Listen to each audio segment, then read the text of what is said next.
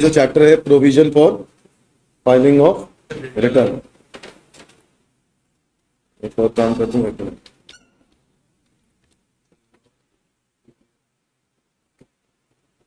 उसको प्रिंट करके सेव करोगे ना, अनलॉक हो गया कौन सा?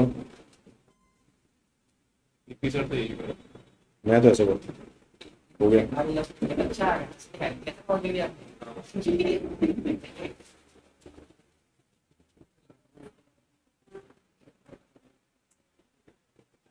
राइटिंग को लगाएगा एज पे। हम मर्ज जब करता हूँ ना तो इसमें से कर देता हूँ।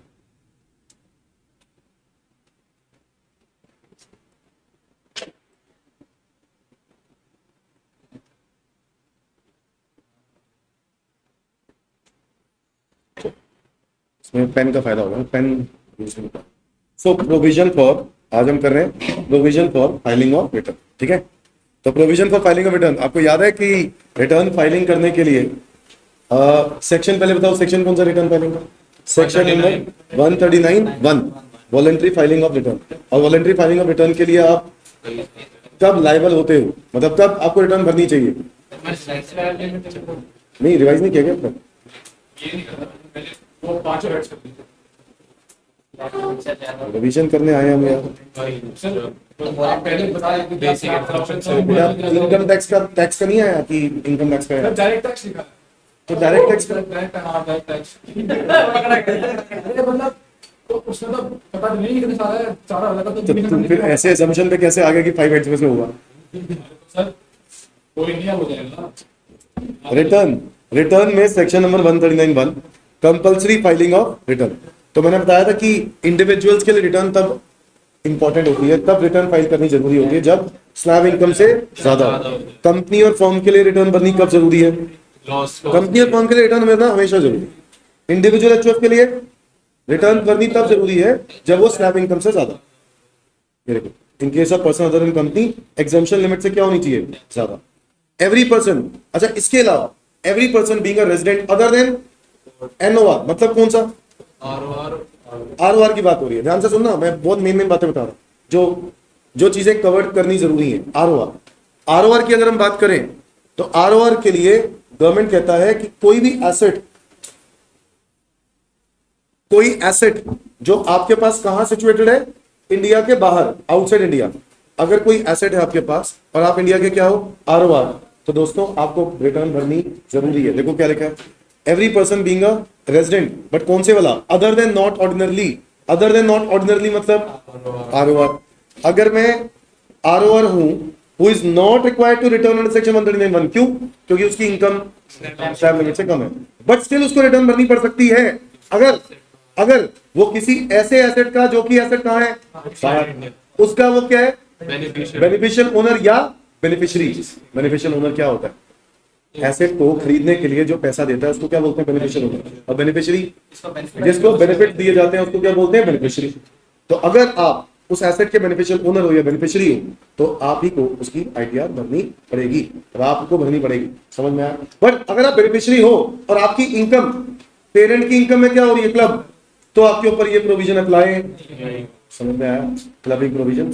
अगर आप बेनिफिशियरी हो और आपकी मतलब मान लो माइनर हो और आपकी इनकम पेरेंट की इनकम में क्या हो रही है? क्लब, तो ऐसे केस में ये प्रोविजन अप्लाई नहीं होंगे। मैंडेटरी फाइलिंग ऑफ रिटर्न वाले। समझ में आया कि नहीं? ये बात यहां लिखी हुई है ना? ये सब बुक में हमने पढ़ लिया ऑलरेडी। बेनिफिशियल ओनर क्या होता है, बेनिफिशियरी क्या होता है, सब बातें हो गई। अच्छा, नाउ अ रेजिडेंट, अगर ये उसी चीज को एक्सप्लेन कर रहे हैं दोबारा, हु इज बेनिफिशियल ओनर या बेनिफिशियरी है, इज अ बेनिफिशियरी या has a signing authority in account located outside. Okay, आप ऑथराइज्ड सिग्नेटरी हो किसी ऐसे अकाउंट के जो कहां पे है? बाहर, और आप इंडिया के क्या हो? आरओआर। गवर्नमेंट कहता है कि आपको रिटर्न भरनी जरूरी है। पता है क्यों? क्योंकि आरओआर को कहीं से भी कमाए, याद आ रहा है? कहीं से भी कमाए टैक्स कहां भरना पड़ेगा? इसी रीजन से इस बात पर ध्यान देना। समझ गए ना? आओ further, every person being individual HUF, AOPBY, whether incorporated or not, or an AJP, जिसकी total income of any other person in respect of which he is assessable under this act during the previous year without giving effect of exemption exceeds exemption limit. क्या ये बात वही नहीं है? Yes sir. Exemption limit से अगर income क्या है ज्यादा तो आपको रिटर्न भरनी जरूरी है। दोबारा रिपीट हो गया, हाँ या ना? अच्छा, जो ये न्यू रिजीम की बात कर रहा है, किसकी बात कर रहा है? आपको याद है ना, आपके लिए न्यू रिजीम क्या है? 3 लाख रुपए तक टैक्स नहीं है, 3 से लेके 7, 5, 7 से लेके 10, 10 से 12, 15, 12 से 15, 20, अब 15, 30। याद आया कि नहीं? ये है। हालांकि बजट 2025 के हिसाब से टैक्स रेट और चेंज हो गए, 4 लाख तक हो गए, वो अलग है, वो आपको नहीं पढ़ना है। ठीक है, आगे इनफैक्ट जनवरी 26 में जो पेपर देंगे, ठीक है, उनके लिए भी नहीं है। ठीक है, मई 26 वालों के लिए। आगे आ जाओ। अच्छा, ये हमें पता है कि अगर आप ऑप्शन इसमें जाते हो, ओल्ड रिजीम में शिफ्ट होते हो, तो आपके लिए स्लैब लिमिट क्या है? 2.5, 3 और 5 बोलो मैं। इससे ज्यादा की इनकम होगी तो आईटीआर बननी मैंडेटरी है। Okay. A person other than company firm who is not required to furnish return is required to file return in prescribed form and manner on or before the due date if during the previous year such person। अब देखो क्या क्या reasons हैं return भरने के। Slab limit, दूसरा beneficial owner, beneficiary या account का होल्डर, किसी सिग्नेटरी, ऑथराइज सिग्नेटरी। मेरी बात मानना, आज ही जाके इस चैप्टर को खत्म कर देना। आज जब जो रिवाइज हो रहे हैं, अगर आपने नहीं किया है तो इसको घर पे जाके रिवाइज करके खत्म, क्योंकि ताजा ताजा थोड़ा पड़ा होगा, फिर घर पे जाके रिवाइज। मैं कह रहा हूँ एक और तरीका है कि रिटर्न भरनी कब जरूरी होती है। अगर आपने डिपॉजिट कराया है 1 करोड़ रुपए से ज्यादा इन 1 और मोर current account maintain with the banking company. अगर आप एक या एक से ज्यादा अकाउंट में 1 करोड़ रुपए से ज्यादा क्या जमा कराते हो? पैसा। ठीक है, यहाँ पे ये वर्ड नहीं लिखा कि कैश डिपॉजिट, वैसे टोटल डिपॉजिट की बात हो रही है। 1 करोड़ से क्या हो ज्यादा, वैसे केस में क्या करना है? आईटीआर भरनी mandatory, number 1। Number 2, has incurred expenditure of an amount, कितनी? 2 लाख से ज्यादा। किस चीज पर? फॉरेन कंट्री के लिए। आप बाहर गए घूमने फिरने, ठीक है, बाहर यूके चले गए घूमने फिरने, है ना, और ट्रेवल में खर्चा हो गया 2 लाख से, तो ऑब्वियसली ज्यादा ही होगा। अब वो खर्चा जब हो गया और आप आईटीआर ना भरते हो तो क्या नोटिस आएगा कि नहीं आएगा? आएगा, क्योंकि गवर्नमेंट कहेगा भाई साहब तुम्हारे पास रिटर्न के लिए तो पैसे है नहीं, तुम रिटर्न तो तुम भरते नहीं, तुम्हारी इनकम मतलब इससे कम है और तुम बाहर जा रहे हो, तो ये गवर्नमेंट को हजम नहीं होती बात। तुम बोलोगे सर वैसे गवर्नमेंट को क्या फर्क पड़ता है? फर्क पड़ता है, क्योंकि एक बंदा ब्लैक इनकम कमा रहा होगा। क्या कमा रहा होगा? इसी रीजन से। तो आपको आईटीआर भरनी कब जरूरी है बोलो? अगर आपने डिपॉजिट 1 करोड़ से ज्यादा किया। नंबर 2, आपके फॉरेन कंट्री के खर्चे, ट्रेवल के खर्चे वो कितने हैं? 2 लाख से ज्यादा। या फिर आपका बिजली का बिल 1 लाख से ज्यादा, या एनी अदर प्रिस्क्राइब्ड कंडीशंस, कोई और कंडीशन। और उसके लिए गवर्नमेंट ने नोटिफिकेशन निकाल दी और क्या बोला कि अगर तुम एक बिजनेस हो और तुम्हारी टोटल सेल या टर्नओवर 60 लाख से ज्यादा है तो तुम्हें रिटर्न भरनी मैंडेटरी है। अगर तुम प्रोफेशन हो और प्रोफेशन में 10 लाख से ज्यादा की रिसीट्स हैं तो रिटर्न भरनी मैंडेटरी है। और अगर तुम्हारा टीडीएस टीसीएस 25,000 रुपए से ज्यादा बनता है तो तुम्हें रिटर्न भरनी मैंडेटरी है। However senior citizen, resident individual जिसकी एज 60 इयर्स और मोर है, उसके लिए टीडीएस टीसीएस की लिमिट कितनी है? अगर 50,000 से ज्यादा होगा तो रिटर्न भरनी जरूरी है। अगर 60 से कम एज है तो 25,000, 50 और 60 साल से ज्यादा की एज है तो 50,000। समझ में आया कि नहीं? फोर्थ, अगर आप 1 और मोर सेविंग अकाउंट में कितना जमा कराते हो? 50 लाख और मोर, तो भी आपको रिटर्न भरनी जरूरी है। अच्छा, फिर वो क्या पड़ा था? वो करंट अकाउंट में पड़ा था। बिजनेस के अकाउंट में 1 करोड़ से ज्यादा जमा होते हैं, है ना, तो क्या करना है? आईटीआर भरनी जरूरी है। मतलब ऐसा हो ही नहीं सकता किसी के बिजनेस के अकाउंट में 1 करोड़ रुपए से ज्यादा आ गए और वो आईटीआर नहीं भरता, तो ये चीज पॉसिबल नहीं है गवर्नमेंट की नजरों में। तो इसलिए कह रहा है आईटीआर भरनी मैंडेटरी है, चाहे तुम्हारी इनकम वाकई में हो या ना हो। समझ में आ गई कि नहीं? अच्छा, और ये 4 पॉइंट्स, क्या ये 4 पॉइंट याद रहे? बोलो क्या? सेल्स 7 लाख से ज्यादा, दूसरा प्रोफेशन है तो 10 लाख से ज्यादा का टर्नओवर, और अगर टीडीएस टीसीएस मिला के 25,000 से ज्यादा, और सीनियर सिटीजन में 50,000 से ज्यादा, और सेविंग अकाउंट में साल भर में 50 लाख या उससे ज्यादा। एक अकाउंट में नहीं, एक या एक से ज्यादा अकाउंट में तुम्हारे नाम पे जो भी है। समझ गए बात? आपको पता है रिटर्न सिर्फ भरनी जरूरी नहीं है, उसको वेरीफाई भी करनी होती है। क्या करनी होती है? रिटर्न वेरीफाई क्या होती है कि ये क्लियर करने के लिए कि रिटर्न जिसने भरी है वो वही बंदा है जिसकी रिटर्न भरी जा रही है। बेसिकली कोई और अगर उसके लिए रिटर्न भर रहा है तो ये क्लैरिटी होनी जरूरी है कि जिसकी रिटर्न भरी जा रही है उसने वो इंफॉर्मेशन पढ़ ली है और वो गलत इंफॉर्मेशन नहीं जा रही, इसलिए वेरीफाई करने के लिए आधार ओटीपी का प्रोविजन है। आधार ओटीपी क्या चीज है कि भाई जिसकी रिटर्न है ना उसके मोबाइल नंबर पे ओटीपी आएगा और वो ओटीपी से वेरीफाई करवाएगा, वहां पे लिखवाएगा। इसका मतलब है बिना ओटीपी के कोई भी बंदा किसी और के लिए रिटर्न नहीं कर सकता। मतलब मान लो तुमने मेरे लिए रिटर्न भर दी, ठीक है, तुम्हें मेरा पैन नंबर पता था तो तुमने रिटर्न भर दी, अब अगर भर दी लॉगिन भी पता था, बट फाइनली में जाके कहां फंस जाओगे, ओटीपी, क्योंकि एंड में जाके ओटीपी नहीं आएगा तो उसके बिना तुम मेरी रिटर्न वेरीफाई नहीं कर पाओगे और वो रिटर्न ऑटोमेटिकली क्या हो जाएगी, कैंसिल। इसका कोई मतलब नहीं होगा। समझ में आया कि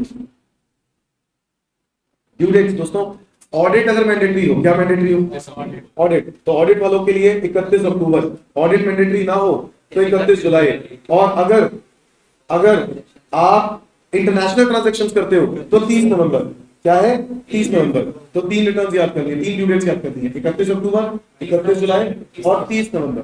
31 अक्टूबर किसके लिए, जिनकी ऑडिट मैंडेटरी है। कंपनी फॉर्म्स के लिए भी क्या है 31 अक्टूबर। ऐसे इंडिविजुअल जिनकी ऑडिट मैंडेटरी है उनके लिए भी यही है, फर्म के लिए भी यही है जिनकी ऑडिट मैंडेटरी है। अच्छा, working partner of the firm कौन, जिस फर्म की ऑडिट मैंडेटरी है और तुम उसके क्या हो, वर्किंग पार्टनर हो, तो तुम्हारे लिए भी क्या ड्यू डेट होगी, हाँ 31 अक्टूबर, ऑडिट वाली। भाई मान ले तू किसी पार्टनरशिप फर्म में पार्टनर है और उस फर्म की ऑडिट मैंडेटरी है, तो उस फर्म की ड्यू डेट क्या होगी 31 अक्टूबर, तो तेरी क्या होगी, तेरी भी 31 अक्टूबर ही होगी, क्योंकि जब तक उसकी रिटर्न नहीं भरी जाएगी तब तक तेरा प्रॉफिट फाइनलाइज नहीं हो सकता किसी रीजन से। तो 31 अक्टूबर, 30 नवंबर इंटरनेशनल ट्रांजैक्शन के केस में, और अगर बाकी की बात करें नॉन ऑडिट 31 जुलाई। समझ में आया कि नहीं, ये देखो ये क्या लिखा है, हाँ बेटा एक्स्ट्रा एक्स्ट्रा फॉर्मेलिटी है, रिपोर्ट देनी होती है 92E के अंदर इंटरनेशनल ट्रांजैक्शंस की एक रिपोर्ट जाती है। जितनी भी आपने इंपोर्ट एक्सपोर्ट की ट्रांजैक्शंस करी हैं वो ट्रांजैक्शंस आपको अलग से एक फॉर्मेलिटी निभानी पड़ती है, इसलिए टाइम एक्स्ट्रा लगती है। ठीक है? अब बताओ, ये देखो ये पारस है जिसकी एज 55 इयर्स, इंटरेस्ट इनकम दी हुई है एनआरई अकाउंट में विद एसबीआई 2,88,000, 30,000 रुपए being interest on FD with SBI was credited in his saving bank account during the period. He also earned 3,000 as interest on saving account. Is Paras required to file return? NRE account का interest वो होता है ना, लेकिन वो नीचे वो वाली स्लाइड है 3 लाख वाली। तो अगर नीचे वाला तो 90 से होता है। बताओ पहले तो ऊपर वाला बताओ ना, क्या रिटर्न भरनी है कि नहीं भरनी है। 3 लाख से तो वैसे भी ज्यादा है, कहाँ कम है, पर कम ही है, तो मतलब एनआरई अकाउंट तो होता है ना 2,88,000 जो है वो इंटरेस्ट ऑन एनआरई अकाउंट है। और एनआरई अकाउंट को जो नॉन, अगर नॉन रेजिडेंट है, बेटा ये तो रेजिडेंट है ना, तो ये तो इंटरेस्ट टैक्सेबल होगा, ये तो रेजिडेंट है ना, तो ये टैक्सेबल होगा। 2,288 30,000 और 3,000, तो इसको आईटीआर भरनी पड़ेगी। यहाँ पे क्या लिखा,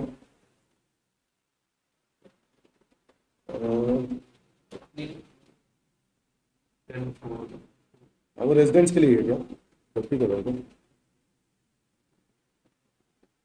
हाँ रेजिडेंट्स के लिए वो सेक्शन 10 में पढ़ा था हमने, 10 क्लॉज 15 इंटरेस्ट एग्जेम्पशंस, एग्जेम्पशंस का चैप्टर याद है, 10 क्लॉज 15 एग्जेम्पशन वाले चैप्टर में इंटरेस्ट ऑन एनआरई पॉइंट तो था, बट वो नॉन रेजिडेंट नहीं है, वो रेजिडेंट्स के लिए। ठीक है, रेजिडेंट्स सबके लिए है इनफैक्ट, जिसके पास भी नॉन रेजिडेंट एक्सटर्नल अकाउंट होता है। ये नॉन रेजिडेंट एक्सटर्नल अकाउंट होता क्या है, जो भी बाहर रहते हैं, जिनका बाहर है ना, उनको जो बाहर ही रहते हैं, जिनका बिजनेस बाहर है, तो वो लोग क्या एक अकाउंट खोल देते हैं जिसको वो इंडिया में भी ऑपरेट करना चाहें तो वो कर सकते हैं। ऐसा अकाउंट जो इंडिया में भी ऑपरेट किया जा सकता है और बाहर जाके भी, उस अकाउंट को क्या बोलते हैं एनआरई। वैसे इंडियन रेजिडेंट्स जिनका बाहर से कोई लिंक नहीं है वो कौन सा अकाउंट खोलेंगे, सेविंग, नॉर्मल सेविंग। और जो नॉन रेजिडेंट्स होते हैं जनरली उनका क्या होता है, नॉन रेजिडेंट एक्सटर्नल अकाउंट। अभी ये ना रेजिडेंट दे दिया है, इसलिए कोई कंफ्यूजन होगी, रेजिडेंट ही है बट इससे कोई फर्क नहीं पड़ता, रेजिडेंट और नॉन रेजिडेंट। इंटरेस्ट इनकम जो होती है वो हमेशा क्या होगी, एनआरई अकाउंट में एग्जेम्प्ट है। ठीक है, वही वहां पे लिखा हुआ 30,000 रुपए इंटरेस्ट ऑन एसबीआई और 3,000 रुपए, तो ये टोटल इनकम 2.5 लाख से क्या होगी, कम हो गई। अगर ओल्ड रिजीम की बात करूं और न्यू रिजीम से भी कम है, तो इसलिए आपको आईटीआर भरनी मैंडेटरी नहीं है। But will your answer be different if he has incurred 3 lakh as travel expenditure, yes बोलो हाँ या ना। तो इस केस में उसको 2 लाख से ज्यादा खर्चा कर रहा है, तो इसलिए मैंडेटरी फाइलिंग हो जाएगी, हाँ या ना।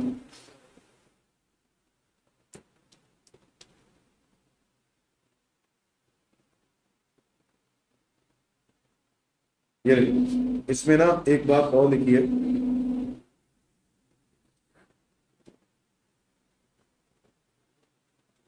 ये देखो बच्चों, ये बात सही है। अगर आप न्यू रिजीम ले रहे होते, अगर आप न्यू रिजीम ले रहे होते तो क्या आपको इंटरेस्ट की एग्जेम्पशन मिलती? नहीं मिलती। नहीं मिलती तो 288 भी क्या हो जाते? टैक्सेबल। 288 भी टैक्सेबल होते हैं ना, फिर एग्जेम्पशन तो मिलती नहीं ना उसमें, तो फिर 288 टैक्सेबल होता। और 30,000 ये नीचे लिखा है, 288, 30,000 और 3,000, ये सारे के सारे क्या हो जाते? टैक्सेबल। 3,21,000, जो कि आपकी स्लैब एग्जेम्पशन लिमिट से क्या है, ज्यादा, इसलिए उस केस में उसको रिटर्न भरनी पड़ जाएगी। अगर मैं न्यू रिजीम में होता तो, मतलब मैं ऑप्ट करता हूँ। वैसे बाय डिफॉल्ट आप कौन सी रिजीम में? न्यू ही में। बाय डिफॉल्ट क्या रिजीम है? न्यू। आपके पास ऑप्शन होता है कि आप न्यू रिजीम में शिफ्ट होगा, तो बाय डिफॉल्ट इसको आइडिया करनी पड़ेगी। बट अगर आप ओल्ड रिजीम, ये आंसर भी इन्होंने ऐसे ही दिया होगा, देखो लिखा है ना, the exercises in case the exercises the option of shifting out of default regime, मतलब पोस्ट किस रिजीम में गए? ओल्ड। तो इसको यहाँ पे क्लियरली बोल दिया कि आपको रिटर्न भरने की जरूरत नहीं पड़ेगी। Is that clear? और इसमें ये लिख दिया कि अगर आप न्यू रिजीम में जाते हो तो आपको रिटर्न भरनी पड़ेगी। अच्छा, एक और बात, यहाँ पे जो इंटरेस्ट अकाउंट है, interest income on saving account, आपको याद है इसमें 80 पीपीए सेक्शन के अंदर भी क्या मिलती है? डिडक्शन। याद आ रहा है कि नहीं? कितने रुपए तक? 10,000। वो 10,000 रुपए तक की डिडक्शन मिलती है। इंटरेस्ट इनकम है कितनी थी? तो 3,000 की क्या मिल जाती है? डिडक्शन। बट अगर न्यू रिजीम ले रहे हो तो वो डिडक्शन नहीं मिलती, ओल्ड रिजीम में मिलती है। Is that clear?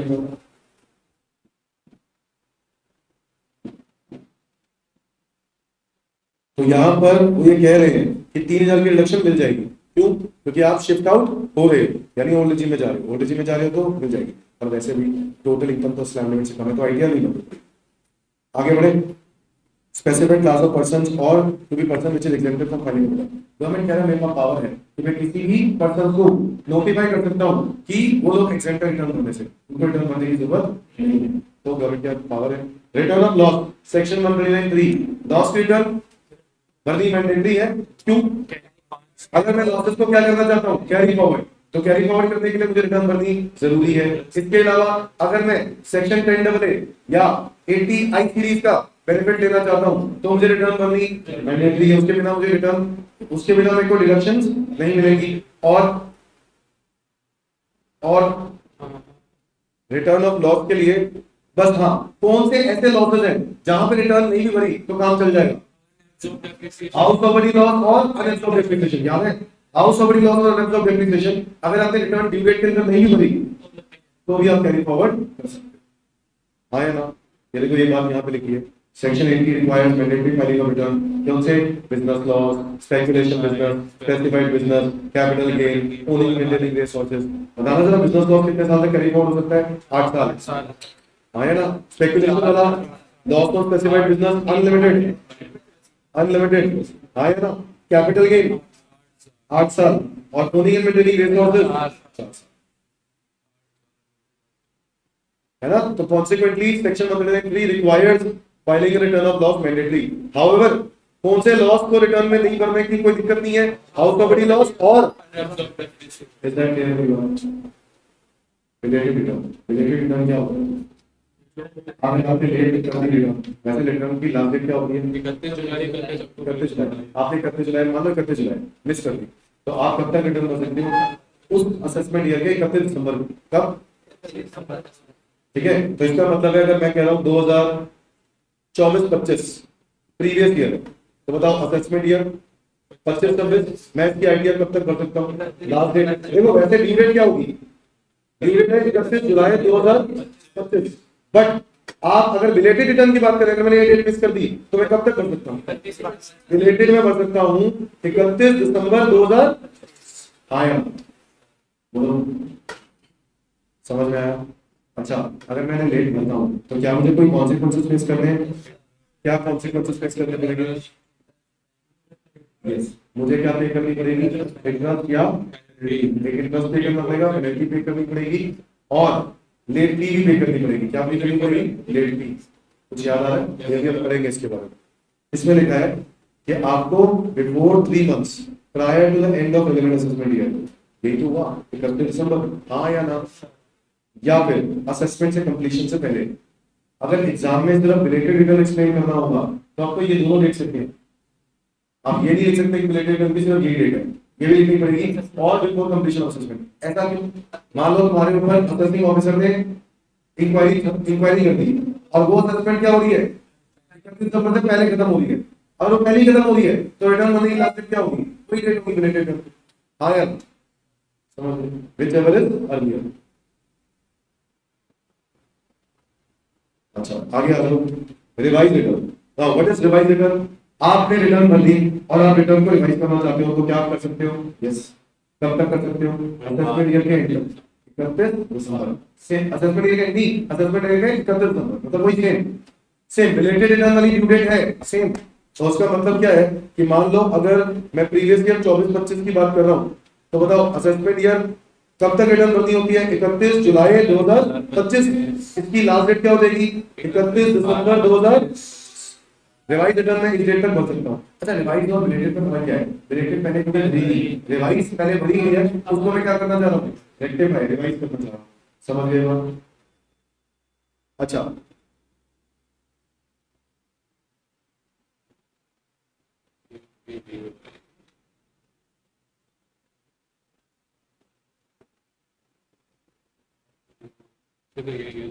ये कोई रिवीजन होगी इसकी, है ना?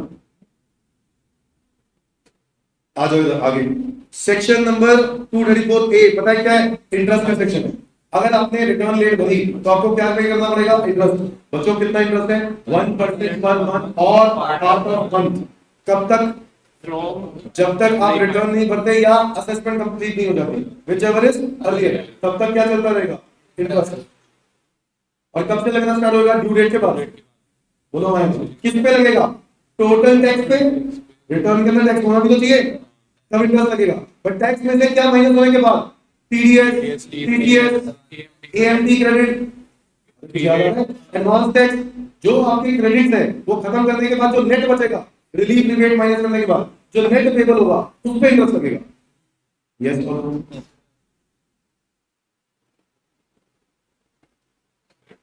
तो वो बैठ क्या होता है मैट?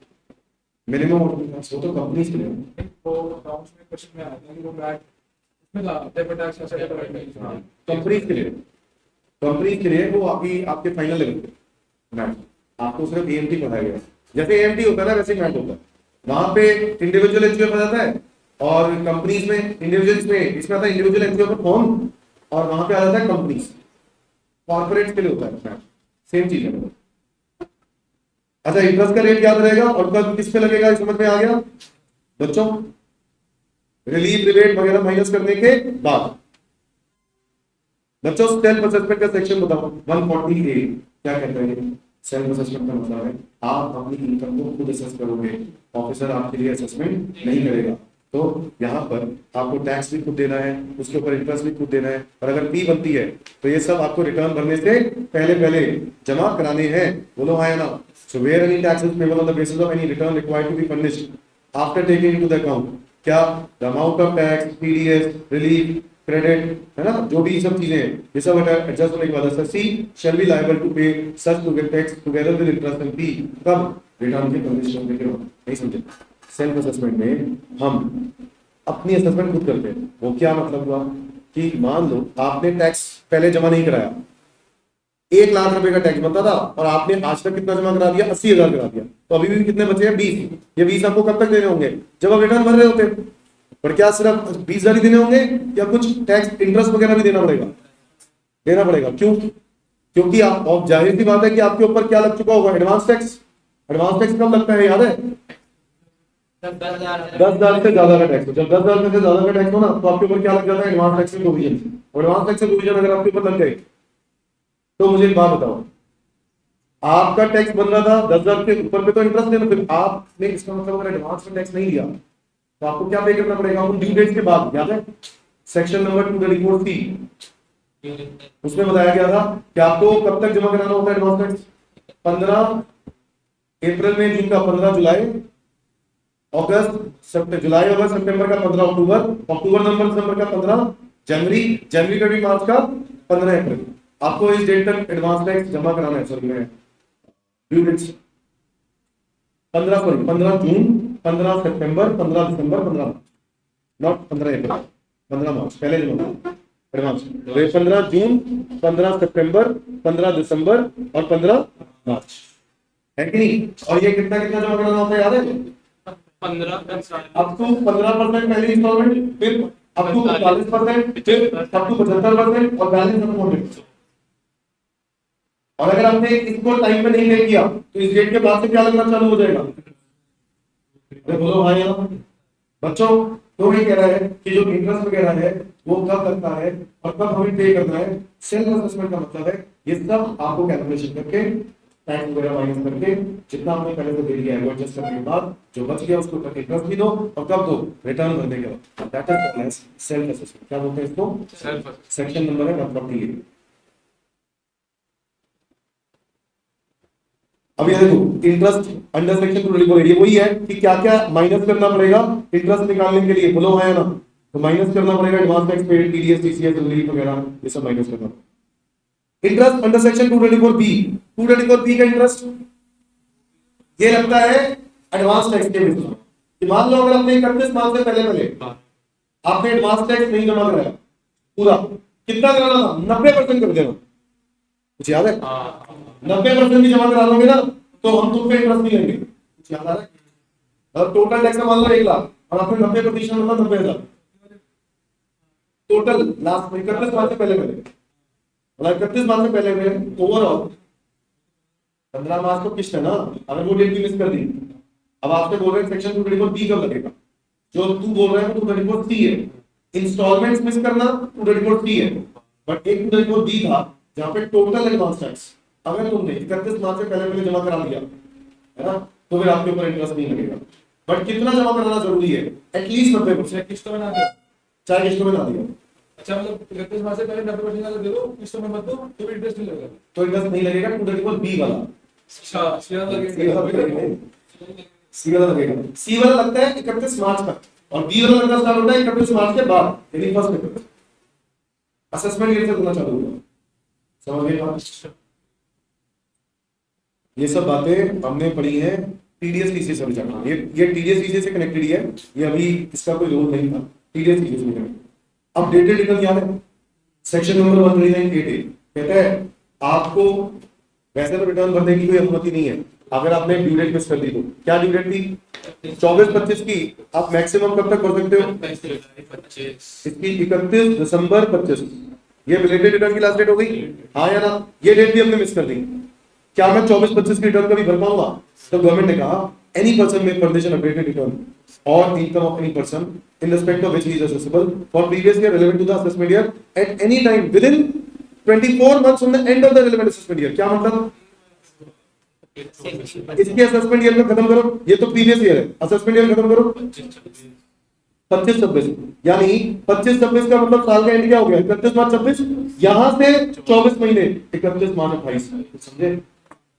मतलब 31 मार्च 28 तक मैं 24-25 की रिटर्न कर सकता हूं। इसको हम रिलेटेड रिटर्न नहीं बोलते, क्या बोलते हैं? अपडेटेड। कुछ दिक्कत है क्या? दिक्कत है। अपडेटेड रिटर्न में एक्स्ट्रा टैक्स होता है और एक्स्ट्रा इंटरेस्ट पेनल्टी भी फेस करनी पड़ती है। क्या मेरी बात समझ में आ रही है? अपडेटेड रिटर्न किसी भी हाल में अच्छा नहीं है, ठीक है? बट हाँ जो लोग चाहते हैं कि अपना थोड़ा सा पीछे का बैकग्राउंड ठीक कर दें, है ना, तो पासपोर्ट वीजा वगैरह के लिए और अपने लोन वगैरह पर्पस के लिए, तो वो लोग करते हैं ऐसा काम। तो गवर्नमेंट ने अलाउ कर दिया। गवर्नमेंट कह रहा है इसी बहाने टैक्स तो आएगा, ठीक है? तो लोगों को अलाउ कर दो, कुछ पैसा तो आता रहेगा। 25-50% एक्स्ट्रा। बोलो, कह रहे दिस इज इररिस्पेक्टिव। क्या आपने सेक्शन 139(1) वाली रिटर्न भरी है नहीं भरी? बिलेटेड रिटर्न भरी है नहीं भरी? रिवाइज रिटर्न भरी है या? इससे कोई फर्क अपडेटेड रिटर्न पे नहीं पड़ता। नॉन एप्लीकेबिलिटी कह रहा है एप्लीकेबल नहीं होगा अपडेटेड रिटर्न कब? अगर लॉस रिटर्न है। लॉस रिटर्न गवर्नमेंट कह रहा है लॉस रिटर्न भर रहे हो अपडेटेड, अच्छा लॉस रिटर्न अलाउड नहीं है। नंबर 2, अगर आप ऐसी रिटर्न भर रहे हो जिसकी वजह से टैक्स पेनल्टी कम हो रही है, जो पे कर दिया वो तो पे हो गया, अब उससे कम नहीं होगा, बढ़ सकता है, ठीक है? बढ़ सकता है, कम नहीं होना चाहिए। ना ही नंबर 3 रिफंड बढ़ा नहीं सकते। मान लो आपने पहले रिटर्न भरी थी और उसमें आपने रिफंड क्लेम किया था 50,000, अब आप अपडेट करना चाहते हो और उसमें रिफंड लेना चाहते हो 75,000, तो 25,000 और लेना चाहते हो, नहीं मिलेगा। अपडेटेड रिटर्न आपके लिए अलाउड नहीं है। अपडेटेड रिटर्न किसके लिए अलाउड है? जिनकी टैक्स पेनल्टी या तो बढ़ रही है या रिफंड कम हो रहा है, मतलब गवर्नमेंट को बेसिकली देना है, हाँ पैसे देने पड़ रहे हैं। अगर लेने पड़ रहे हैं तो गवर्नमेंट कह रहा है भाई साहब इस रिटर्न को मत भरना, आप नहीं कर सकते। समझ गए ना बात? भाई गवर्नमेंट ने अपना नुकसान तो ना कराना है, ठीक है, तो अपना अपडेटेड रिटर्न का बस फैसिलिटी दी कि अगर आप अपना बैकग्राउंड ठीक करना चाहते हो कर सकते हो। तो बताओ अपडेटेड रिटर्न कब एप्लीकेबल नहीं है? लॉस रिटर्न में नहीं है, टैक्स लायबिलिटी कम हो रही है नहीं है, रिफंड बढ़ रहा है नहीं है। समझ गए बात? आगे updated return can be filed if original return is a loss return. हाँ ऐसा हो सकता है कि original return loss of return थी पहले वाली, बट अब आप अपडेटेड रिटर्न बनना चाहते हो जिसमें आप क्या दिखाना चाहते हो? इनकम। अब आप इनकम दिखाना चाहते हो, गलती से आपने क्या कर दी थी? बट प्रॉब्लम पता है क्या है? इस लॉस की रिटर्न को जब आप इसको अपडेट करोगे और इनकम में दिखाओगे तो प्रॉब्लम ये होगी कि उस लॉस को अगले साल हमने क्या कर दिया होगा? कैरी फॉरवर्ड करके एडजस्ट भी कर दिया होगा शायद, हाँ या ना? और अगर वो एडजस्ट कर दिया तो सेकंड ईयर की रिटर्न भी क्या कर दी खराब, उसको भी अपडेट करना हो। नहीं समझे? तो आप एक रिटर्न को ठीक नहीं करोगे, दो को ठीक करोगे। कुछ समझ में आ रहा है? समझ में आ रहा है कि नहीं? लॉजिकल है ना? तो ये बातें हमने यहाँ पे पढ़ी हुई थी। Updated return to be furnished for subsequent, ये उसी की बात है, ये रही सब्सिक्वेंट प्रीवियस ईयर, मतलब अगले प्रीवियस ईयर के लिए भी भरनी पड़ेगी। वो कब? अगर उस लॉस को क्या कर दिया कैरी फॉरवर्ड और आपने क्या कर दिया सेट ऑफ, तो अगले साल की इनकम आपने कम कर दी होगी। जब आपको लॉस रिटर्न ही खत्म हो गई, वो लॉस है ही नहीं, और अगर आपने उसको इनकम बना दिया तो जिस लॉस को आपने कैरी फॉरवर्ड किया था और सेट ऑफ किया था उसको वापस इनकम दिखा के टैक्स देना पड़ेगा। कौन सी वो हो सकती है ड्यू डेट मिस ना हुई हो, अगर ड्यू डेट मिस ना हुई, क्योंकि फिर रिवाइज में तो इंटरेस्ट कम होता है ना। हाँ बट वो ध्यान रखना है कि उसकी ड्यू डेट मिस ना हुई है। Circumstances in which updated return cannot be furnished, no updated return can be furnished in the following scenarios. पहला, where a person has furnished an updated return under subsection for the relevant assessment year. अगर आप पहले से updated return भर चुके हो, ठीक है, सेम ईयर के लिए, एक ही ईयर के लिए आप भर चुके हो, तो आप they cannot be furnished again. Updated return को अपडेट नहीं कर सकते। समझ में आ रहा है कि अपडेटेड रिटर्न फाइनल है, इसको आप अपडेट नहीं कर सकते। तो कह रहे where a person has furnished updated return under subsection for the relevant assessment year, मतलब इस असेसमेंट ईयर के लिए भर दिया तो आप दोबारा अपडेटेड रिटर्न नहीं भर पाओगे। आगे where any proceeding for assessment, reassessment, recomputation, revision of income is pending or has been completed for the relevant assessment year, in this case again updated return can not be furnished. क्या समझे? मतलब अगर तुम्हारे ऊपर कोई pending proceedings चल रही है, क्या चल रही है? प्रोसीडिंग्स पेंडिंग चल रही है। क्या मतलब? इनकम टैक्स की इंक्वायरी चल रही है, वो आपसे हर दो टाइम बाद कुछ इंफॉर्मेशन मांग रहे हैं आपके ऊपर इंक्वायरी चल रही है और उसको रिटर्न को अपडेट करना चाह रहे हो, नहीं कर पाओगे। क्यों? जब गवर्नमेंट इंक्वायरी कर ही रहा है तो बस जवाब दो, और कुछ नहीं हो सकता। अपडेट रिटर्न का हो सकता है जब गवर्नमेंट की कोई इंक्वायरी ना चल रही हो और आपको पता चली आपकी गलती और अब आप ठीक करना चाह रहे हो, तो आप कर सकते हो। समझ में आया कि नहीं?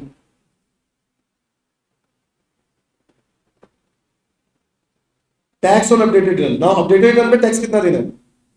तो इन केस में no return is furnished earlier, अगर आपने पहले कभी रिटर्न नहीं भरी, tax to be paid along with interest and fee before furnishing the updated return. Where no return of income under section 1 or 4 has been furnished by assessee and tax is payable on the basis of updated return, the assessee would be liable to pay tax with interest and fee payable under any provision of the act for any delay in the furnishing return or any default in delay in payment of advance tax. नहीं समझे? मतलब अगर मैं future में return भरता हूँ कौन सी वाली? अपडेटेड वाली, तो उसकी वजह से जो भी एक्स्ट्रा टैक्स बन रहा है और उसके ऊपर जो इंटरेस्ट बन रहा है मुझे देना पड़ेगा। नहीं समझे? मैंने जब रिटर्न भरी तो 20,000 रुपए का टैक्स दिया था, कितना दिया था?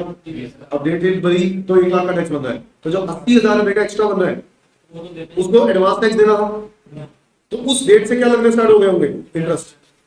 क्योंकि जब आप अपडेट करोगे तो आपको बहुत बड़े इंटरेस्ट पे करने पड़ेंगे। समझ में आ रहा है कि? तो ये वो इस चीज का कहना ध्यान रखो कि आपको जब आप अपडेट करोगे तो आपको टैक्स भी चेंजेस करेंगे, टैक्स चेंज होने की वजह से उस डेट से आपके ऊपर क्या लग जाएगा? इंटरेस्ट भी लग जाएगा। और इसके अलावा आपको एडिशनल टैक्स भी पे करना पड़ेगा। क्या पे करना पड़ेगा? Additional tax. अच्छा, ये टैक्स निकालना कैसे है? कह रहा है manner of computation of tax payable on the basis of updated return. Tax payable is computed after taking into the account the amount of tax, TDS, TCS. नहीं समझे? अपडेटेड रिटर्न करने के बाद टीडीएस, टीसीएस वगैरह जो भी tax है जो आप ऑलरेडी दे चुके हो वो आप उसमें से क्या कर दोगे? एडजस्ट करोगे कि नहीं करोगे? और नेट पेबल है वो जो जमा करना है उसी के ऊपर क्या लगेगा? इंटरेस्ट। और एडिशनल टैक्स भी उसी के ऊपर लगेगा। कुछ समझ में आ रहा है कि नहीं? एडिशनल टैक्स समझ गए ना, एक्स्ट्रा टैक्स जो देना है। क्यों? क्योंकि आप अपडेटेड रिटर्न गवर्नमेंट तुम्हें क्या कर रही है, अलाउ कर रही है। Interest under section 234A if no earlier return has been furnished. सही बात है, आपने पहले रिटर्न नहीं भरी, अब आप अपडेट कर रहे हो, अपडेट कर रहे हो तो इंटरेस्ट लगेगा। सबसे ड्यू डेट के बाद से, उस डेट के बाद से अपडेट इंटरेस्ट लगता रहेगा। जब तक आप अपडेटेड रिटर्न भर नहीं देते तब तक इंटरेस्ट लगता रहेगा। कौन से सेक्शन का? 234A 1% पर मंथ और पार्ट ऑफ द मंथ। बोलो हाँ या ना। In case we return furnished earlier, अगर पहले रिटर्न भर दी थी तो क्या पहले आपने कुछ इंटरेस्ट दिया होगा? हो सकता है, बोलो इंटरेस्ट दिया होगा।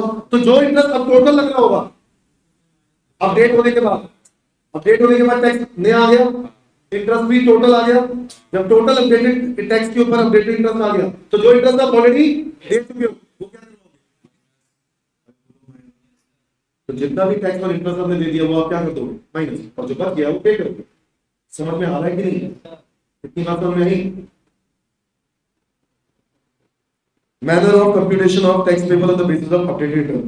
The tax payable has to be computed after taking into the account. Again वही सेम, क्या ये सब चीजें एडजस्ट करनी है? कौन सी? वही relief, TDS, TCS, advance tax, अगर कुछ पे कर चुके हो एएमटी, ये क्रेडिट वगैरह एएमटी हो गए ना, सब माइनस करने के बाद। Interest under section 234B, 234B वही वाला, क्या 90% तक आपको जमा कराना जरूरी है 31 मार्च से पहले, नहीं तो फर्स्ट अप्रैल से आपके ऊपर क्या लगना स्टार्ट हो जाएगा? इंटरेस्ट। ठीक है, 90% तक जमा करा दिया तो नहीं लगेगा, 90% से कम जमा कराया तो लगेगा। लगेगा पूरे में, 90% तक पे नहीं, पूरे में लगेगा। अगर 90% तक जमा करा दिया तो सेक्शन 234B अप्लाई नहीं होगा, एक्सेप्ट हो जाएगा। बट गवर्नमेंट कह रहा है कि अगर आप फ्यूचर में रिटर्न अपडेट करते हो तो आपका टैक्स रिवाइज होगा, और उस डेट पे आपने टैक्स उतना तो जमा कराया नहीं तो 234B एप्लीकेबल हो जाएगा। कौन सा सेक्शन? 234B। आपके ऊपर क्या लगेगा? इंटरेस्ट। हाँ या ना?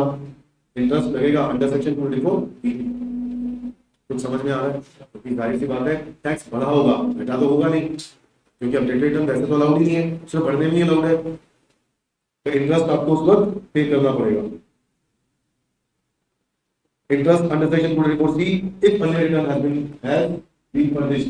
234C कोई डेफरमेंट, इंस्टॉलमेंट अगर मिस कर दी तो कह रहा है वो भी तो रिवाइज होगी कि भाई मान लो आपने पहले 20 लाख के 20,000 रुपए के हिसाब से 4 इंस्टॉलमेंट का एडवांस टैक्स जमा करा दिया, बट बाद में आपने इसको अपडेट किया और कहा 1 लाख बनता है, तो आपने तो 20,000 के हिसाब से जमा कराया था ना, तो आपका 1 लाख के हिसाब से 15% कितने बनते हैं? 15,000।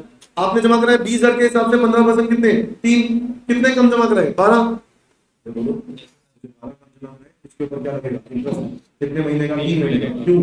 क्योंकि 3 महीने बाद अगली किस्त आएगी, नहीं समझे? फिर 3 महीने का, फिर उसके बाद फिर 3 महीने का। तो इस तरीके से होता है। किस केस में? Section number 234C। और 234B क्या था? 90%। एडिशनल इनकम टैक्स का मतलब है कि आपको एक्स्ट्रा टैक्स देना पड़ेगा, और एक्स्ट्रा टैक्स कब देना पड़ेगा? If return is furnished after expiry. अरे सुनो, अपडेटेड रिटर्न अगर आपने 1 साल खत्म होने के बाद, असेसमेंट ईयर के एंड से 1 साल खत्म होने के बाद, नहीं सॉरी 1 साल के अंदर, असेसमेंट ईयर खत्म होने के 1 साल के अंदर अगर आपने अपडेटेड रिटर्न भर दी तो आपको एडिशनल टैक्स पता है कितना देना है? 25% of aggregate tax and interest पे। नहीं समझे? जो एडिशनल, जो एक्स्ट्रा टैक्स बन रहा है ना, जो एडिशनल टैक्स, जो टैक्स आपका बन रहा था नए वाला, उसमें से वो सब कुछ एडजस्ट करने के बाद नेट पेबल जो होता था उसका 25% और देना पड़ेगा। कितना परसेंट और देना है? 25%। कब? 12 महीने। वैसे टाइम कितना दिया है? 2 साल का। असेसमेंट ईयर के एंड से 2 साल ना, मैं कह रहा हूँ असेसमेंट ईयर के एंड से अगर 1 साल के अंदर भर दिया तो 25%, और अगर 1 साल से ज्यादा नहीं लग गया, 2 साल के अंदर हो गया तो 50%। कितना? 25। हाँ कर, अभी आवाज आ रही है? अच्छा, नेक्स्ट सेक्शन है 139 डिफेक्टिव रिटर्न। डिफेक्टिव रिटर्न का मतलब क्या है? जब आप कभी रिटर्न भरते हो तो आपके रिटर्न भरने के बाद अगर रोज कॉलम्स क्या ले रहे? खाली, ठीक है, या आपने रिटर्न भर दी और आपका जो क्या कहते हैं टैक्स जमा कराया था उसका प्रूफ, या आपने टैक्स जमा ही नहीं कराया, रिटर्न भर दी बट टैक्स जमा नहीं कराया, ऐसे केसेस में रिटर्न क्या मानी जाती है? डिफेक्टिव। और आपको डिफेक्टिव रिटर्न क्या करनी होती है? वापस भरनी पड़ती है, करेक्ट? कुछ टाइम के अंदर अंदर, कितने दिन में? 15 दिन में, 15 डेज। तो बताओ, डिफेक्टिव रिटर्न का आपको पहले आएगा नोटिस, उस नोटिस का जवाब आपने कितने दिनों में देना है? Where assessing officer considered return of income furnished in assessee furnished by assessee is defective, he may intimate the defect to the assessee and give him an opportunity to rectify the defect within 15 days from the date of intimation. बोलो हाँ या ना? अच्छा, अगर defect को rectify नहीं किया कितने दिनों में? 15 दिन में, तो रिटर्न क्या होती है? इनवैलिड। क्या मान ली जाती है? और अगर इनवैलिड होगी मतलब पता क्या? भरी नहीं रिटर्न, और भरी नहीं तो क्या होगा? वही कॉन्सिक्वेंसेस फेस करने पड़ेंगे जो रिलेटेड वालों को फेस करने पड़ते हैं। क्या लॉसेस कैरी फॉरवर्ड नहीं कर पाओगे? इंटरेस्ट बोलो, कुछ लॉसेस है जो कैरी फॉरवर्ड नहीं हो पाएंगे क्योंकि उसको ड्यू डेट के अंदर अंदर ही भरना पड़ता है ना? कौन कौन से थे? Business loss, specified business, speculation, loss maintaining resources और कैपिटल गेन लॉस। इनको आप कैरी फॉरवर्ड नहीं कर पाओगे। नंबर 2, डिडक्शंस, 80C2, 80IC नहीं ले पाओगे, वही टैक्स रिलेबल और सेक्शन 10 लेवल का बेनिफिट नहीं मिलेगा। अच्छा, और एक वो क्या आपको लेट भी देनी पड़ेगी, और क्या देना पड़ेगा? इंटरेस्ट देना पड़ेगा अंडर सेक्शन 224A। बोलो है ना?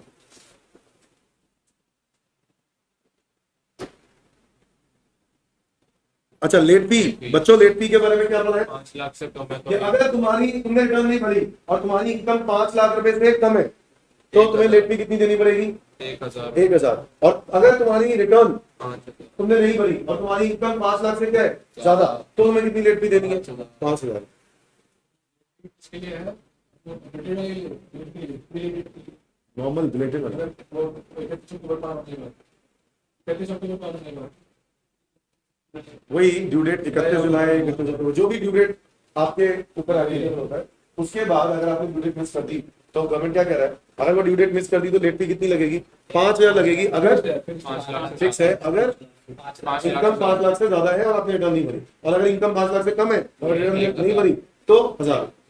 और अगर इनकम ही नहीं है, 2.5 लाख से भी कम है, तो रिटर्न वैसे नहीं भरनी थी, तो आप लेट भी भरोगे तब भी इंटरेस्ट नहीं, लेट भी नहीं देनी पड़ेगी। क्यों? इनकम ही नहीं है तुम्हारी तो इतनी।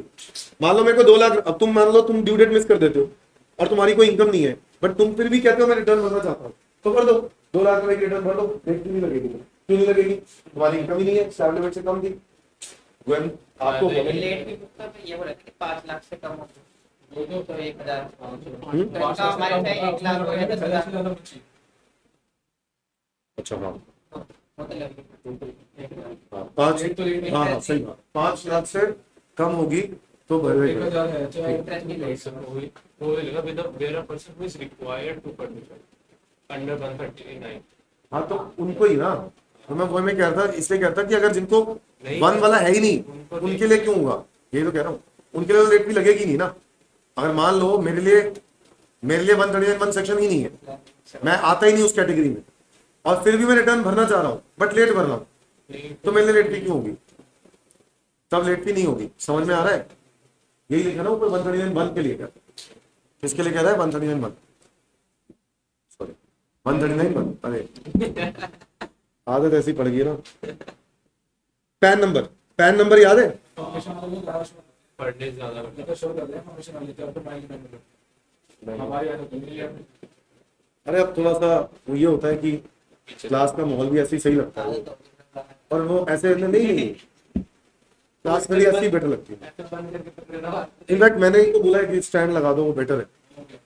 थोड़ा सा दूर भी रहेगा तो आवाज थोड़ी सी जैसे अभी है इतनी आवाज आए तो ठीक है, ज्यादा पास आए वो करना।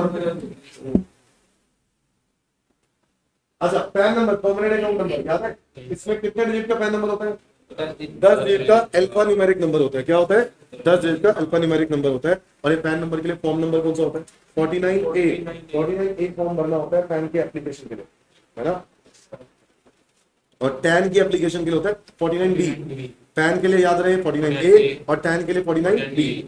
अच्छा, every person if total income, जिसकी टोटल इनकम है ना, इन respect of which he is accessible under the act during the previous year exceeds the slab income, है ना, अगर आपकी इनकम स्लैब लिमिट से क्या है, स्लैब लिमिट से क्या है ज्यादा, तो आपको पैन नंबर आपके पास होना जरूरी है। तो उन्होंने क्या बोला, कब तक पैन अप्लाई कर देना, ऑन और before 31 May of assessment, on और बिफोर 31 मई ऑफ।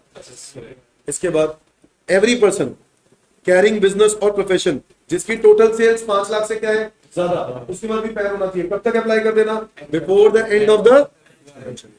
फिर इसके बाद लिख रहे हैं every person other than individual who enters into a financial transaction, 2.5 lakh से ज्यादा की फाइनेंशियल ट्रांजैक्शन कोई कर देता है तो इसको भी पैन के लिए अप्लाई करना पड़ेगा। कब तक, ऑन बिफोर 31 मई, बोलो हाँ यार 31 मई ऑफ अगला साल, मतलब लिखा ना on before 31 May of immediately following the financial.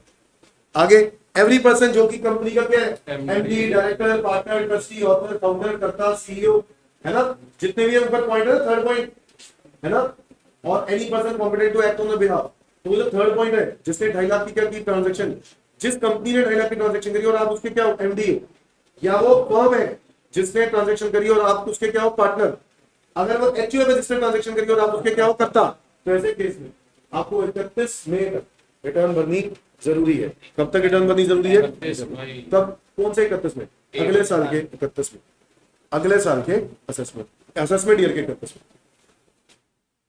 Return नहीं सॉरी पैन की एप्लीकेशन। अच्छा फिर इसके बाद लिख रहा है every person who intends to deposit cash in his one और more accounts with bank company, कितना 20 लाख या उससे ज्यादा, क्या बोला, अगर आप कैश डिपॉजिट करते हो कितना 20 लाख या उससे ज्यादा, तो आपको 7 दिन पहले पैन आपके पास होना चाहिए। कितने दिन पहले, 7 दिन पहले। फिर से बोलो, अगर आप एक ही पर्सन हो जो 20 लाख से ज्यादा कैश डिपॉजिट कराता है, क्या कराता है, कैश डिपॉजिट, ठीक है, एक या एक से ज्यादा अकाउंट से अगर 20 लाख से ज्यादा कैश डिपॉजिट कराता है तो ऐसे केस में गवर्नमेंट कहता है कि आपके पास पैन नंबर होना जरूरी है। टाइम लिमिट क्या, कितने दिन पहले, 20 लाख होने से 7 दिन पहले। Is that clear? चलिए वही है जिसमें बैंक अकाउंट खोलने के लिए पैन जरूरी होता है, फिर वो पहले पैन ले लो फिर पैन अकाउंट खुलवा लो फिर पैन पे ले लो, वो तो जीएसटी का कह रहा नहीं, एक दिन बात वो जीएसटी टीम के लिए कह रहा फर्निशिंग द बैंक डिटेल्स, वो जीएसटी वाले। इससे बाद थोड़ी थोड़ी पढ़ाई तो करी हुई है बट अब थोड़ी थोड़ी को कह दी जीएसटी का तो अभी स्टार्ट ही नहीं किया जीएसटी जीएसटी कितने नेपाल में खत्म होता तो है। ओ अरे जीएसटी क्या है तो कुछ भी नहीं, हमने किया तो उस तरीके से है बट सर सारा का रखा है, देखो स्कैनर प्रैक्टिस करो, सबसे इंपॉर्टेंट स्कैनर जरूर करो, आपने जो लिखवाया है वो पढ़ो, वो पढ़ो, स्कैनर बहुत इंपॉर्टेंट है। आप स्कैनर में ना पहले क्वेश्चन की प्रैक्टिस करो, वही डराता है सबसे ज्यादा। पहला क्वेश्चन वो एग्जाम्पशन होगा, उसमें ना एग्जाम्पशन और क्या होता है, कंप्यूटर आईटीसी, ब्लॉक क्रेडिट, सबका ना कॉम्बिनेशन करके एक क्वेश्चन बनाते हैं, समझ रहे हो? पहले क्वेश्चन में बच्चे को डर लगने लगता है, पहला क्वेश्चन मुश्किल नहीं होता है, होता क्या है थोड़ा सा दिमाग वो, क्योंकि कंबाइन करके, ऐसे ही डायरेक्ट टेक्स्ट में भी ऐसे ही होता है, पहला क्वेश्चन जो होता है कंबाइन हो गया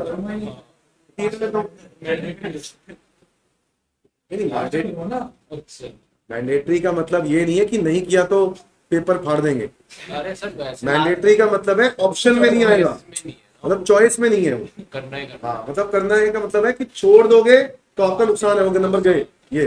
और कईयों को ये भी कंफर्म नहीं है, मैंडेटरी का मतलब जो मैंडेटरी लिखा उसका मतलब होता है बच्चों को लगा अरे ये नहीं किया तो ऐसा नहीं है ऐसा नहीं।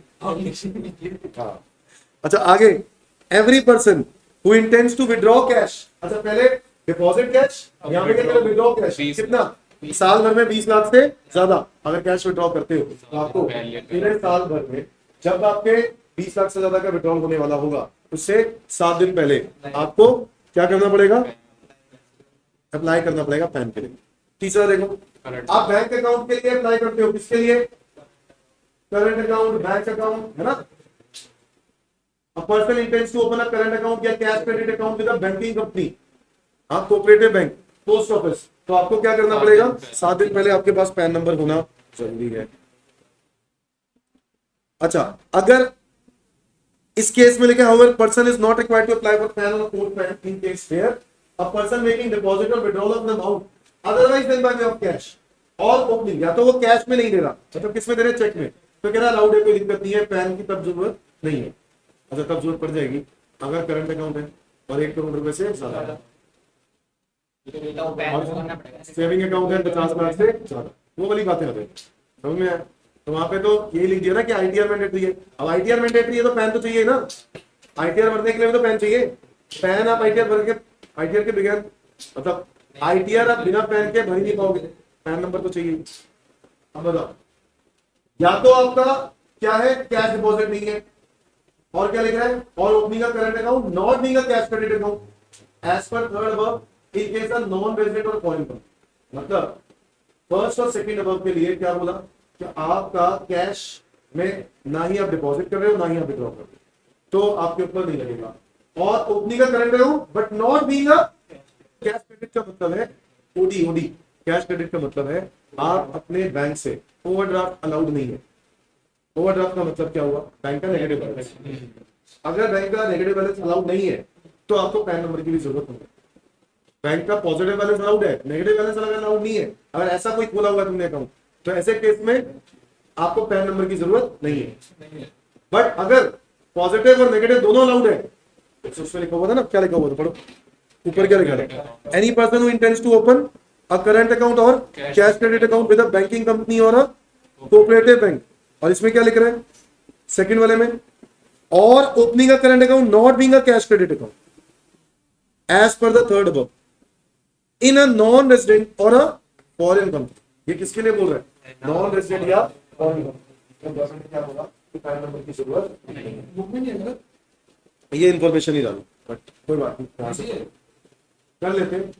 आप पढ़ रहे हैं तो रिवाइज कर रहे थे। एक और लिखा है transaction is entered into with IFSC banking unit, international financial services centre.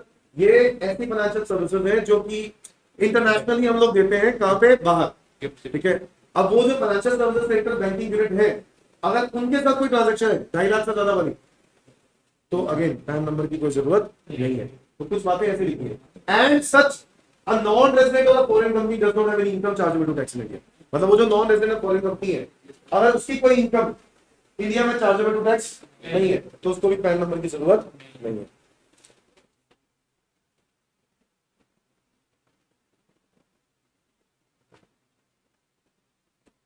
Pan number वही 10 अल्फान्यूमेरिक कैरेक्टर्स वगैरह वगैरह। कोटिंग ऑफ पैन, पैन कहां कहां चाहिए, ये देखो, cell purchase of vehicle, cell purchase of vehicle, opening account, बोलो हाँ या ना।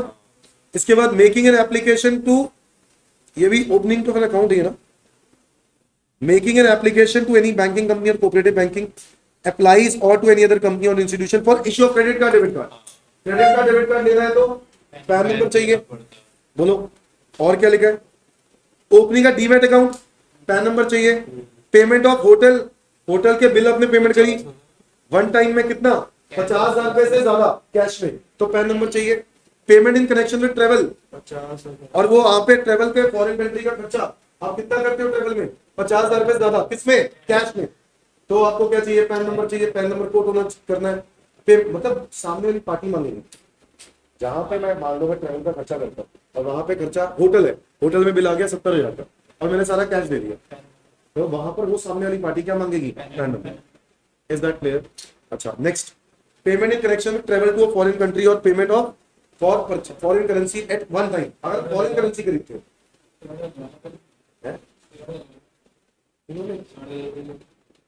इनसे रेस्टोरेंट का क्या,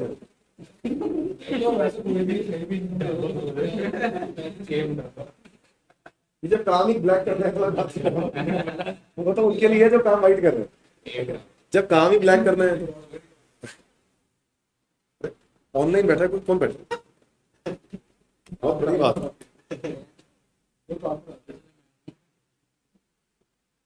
आकाश है पुराना बच्चा, वो देख रहा होगा। इंट्रोडक्शन। अच्छा, फिर इसके बाद mutual funds for purchase of it unit, mutual fund खरीद लिए 50,000 रुपए से ज्यादा, तो आपको पैन नंबर चाहिए। इसके बाद सॉरी पैन नंबर कह रहा हूँ, हाँ पैन कोड करना चाहिए, कोटेशन पैन की देनी पड़ेगी। पेमेंट टू कंपनी, किसके लिए, डिवेंचर खरीदने के लिए 50,000 रुपए ज्यादा, तो पैन नंबर चाहिए। ये सब हमने पढ़ा था। आरबीआई के लिए, आरबीआई को बॉन्ड्स खरीदने के लिए 50,000 रुपए ज्यादा। अच्छा, कैश डिपॉजिट कराते हो 50,000 से ज्यादा बैंक कंपनी में, बैंकिंग अकाउंट, तो आपको 50,000 ज्यादा में, उस केस में भी क्या चाहिए, पैन चाहिए। वो बनवाते हो, बैंक ड्राफ्ट बनवाते हो, कितना, 50,000 रुपए से ज्यादा, तो टाइम डिपॉजिट कराते हो 50 या पोस्ट टाइम डिपॉजिट एफडी में कराते हो, कितना लिखा है, 50,000 से ज्यादा, एक साल में एक 5 लाख। एक बारी में कितना, 50,000 ज्यादा, और एक साल में कितना, 5 लाख। Yes.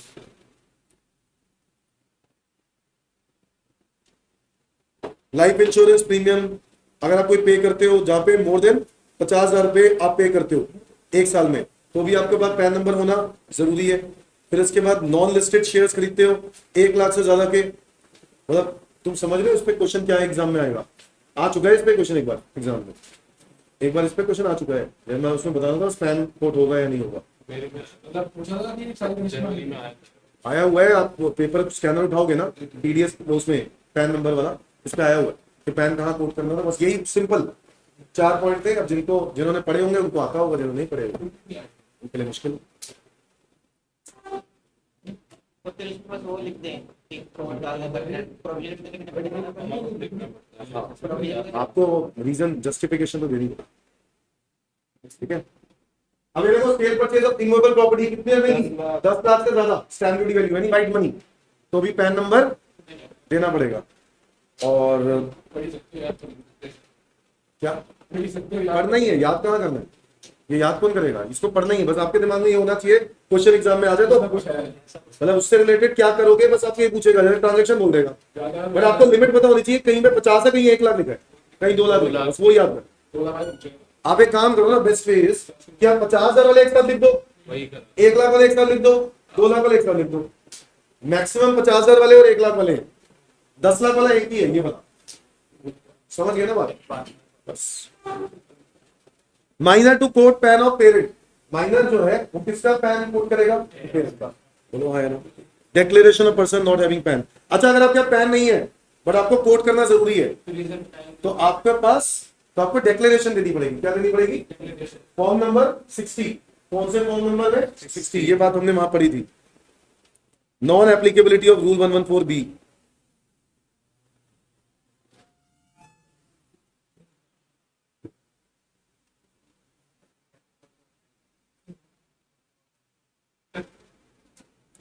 यहां पे लिखा है जो 114B वाला रूल अभी जो हम पढ़ रहे हैं, ये पैन कोटेशन वाला, इन क्लासेस ऑफ पर्संस के ऊपर अप्लाई नहीं होता, किनके ऊपर, सेंट्रल गवर्नमेंट पे, स्टेट गवर्नमेंट पे ये अप्लाई नहीं होता, मतलब ये जो बातें हमने पढ़ी है ना कि 50,000 से ज्यादा, 1 लाख से ज्यादा पैन देना जरूरी है, सेंट्रल गवर्नमेंट स्टेट गवर्नमेंट पे अप्लाई नहीं होता। नॉन रेजिडेंट्स पे भी अप्लाई नहीं होता,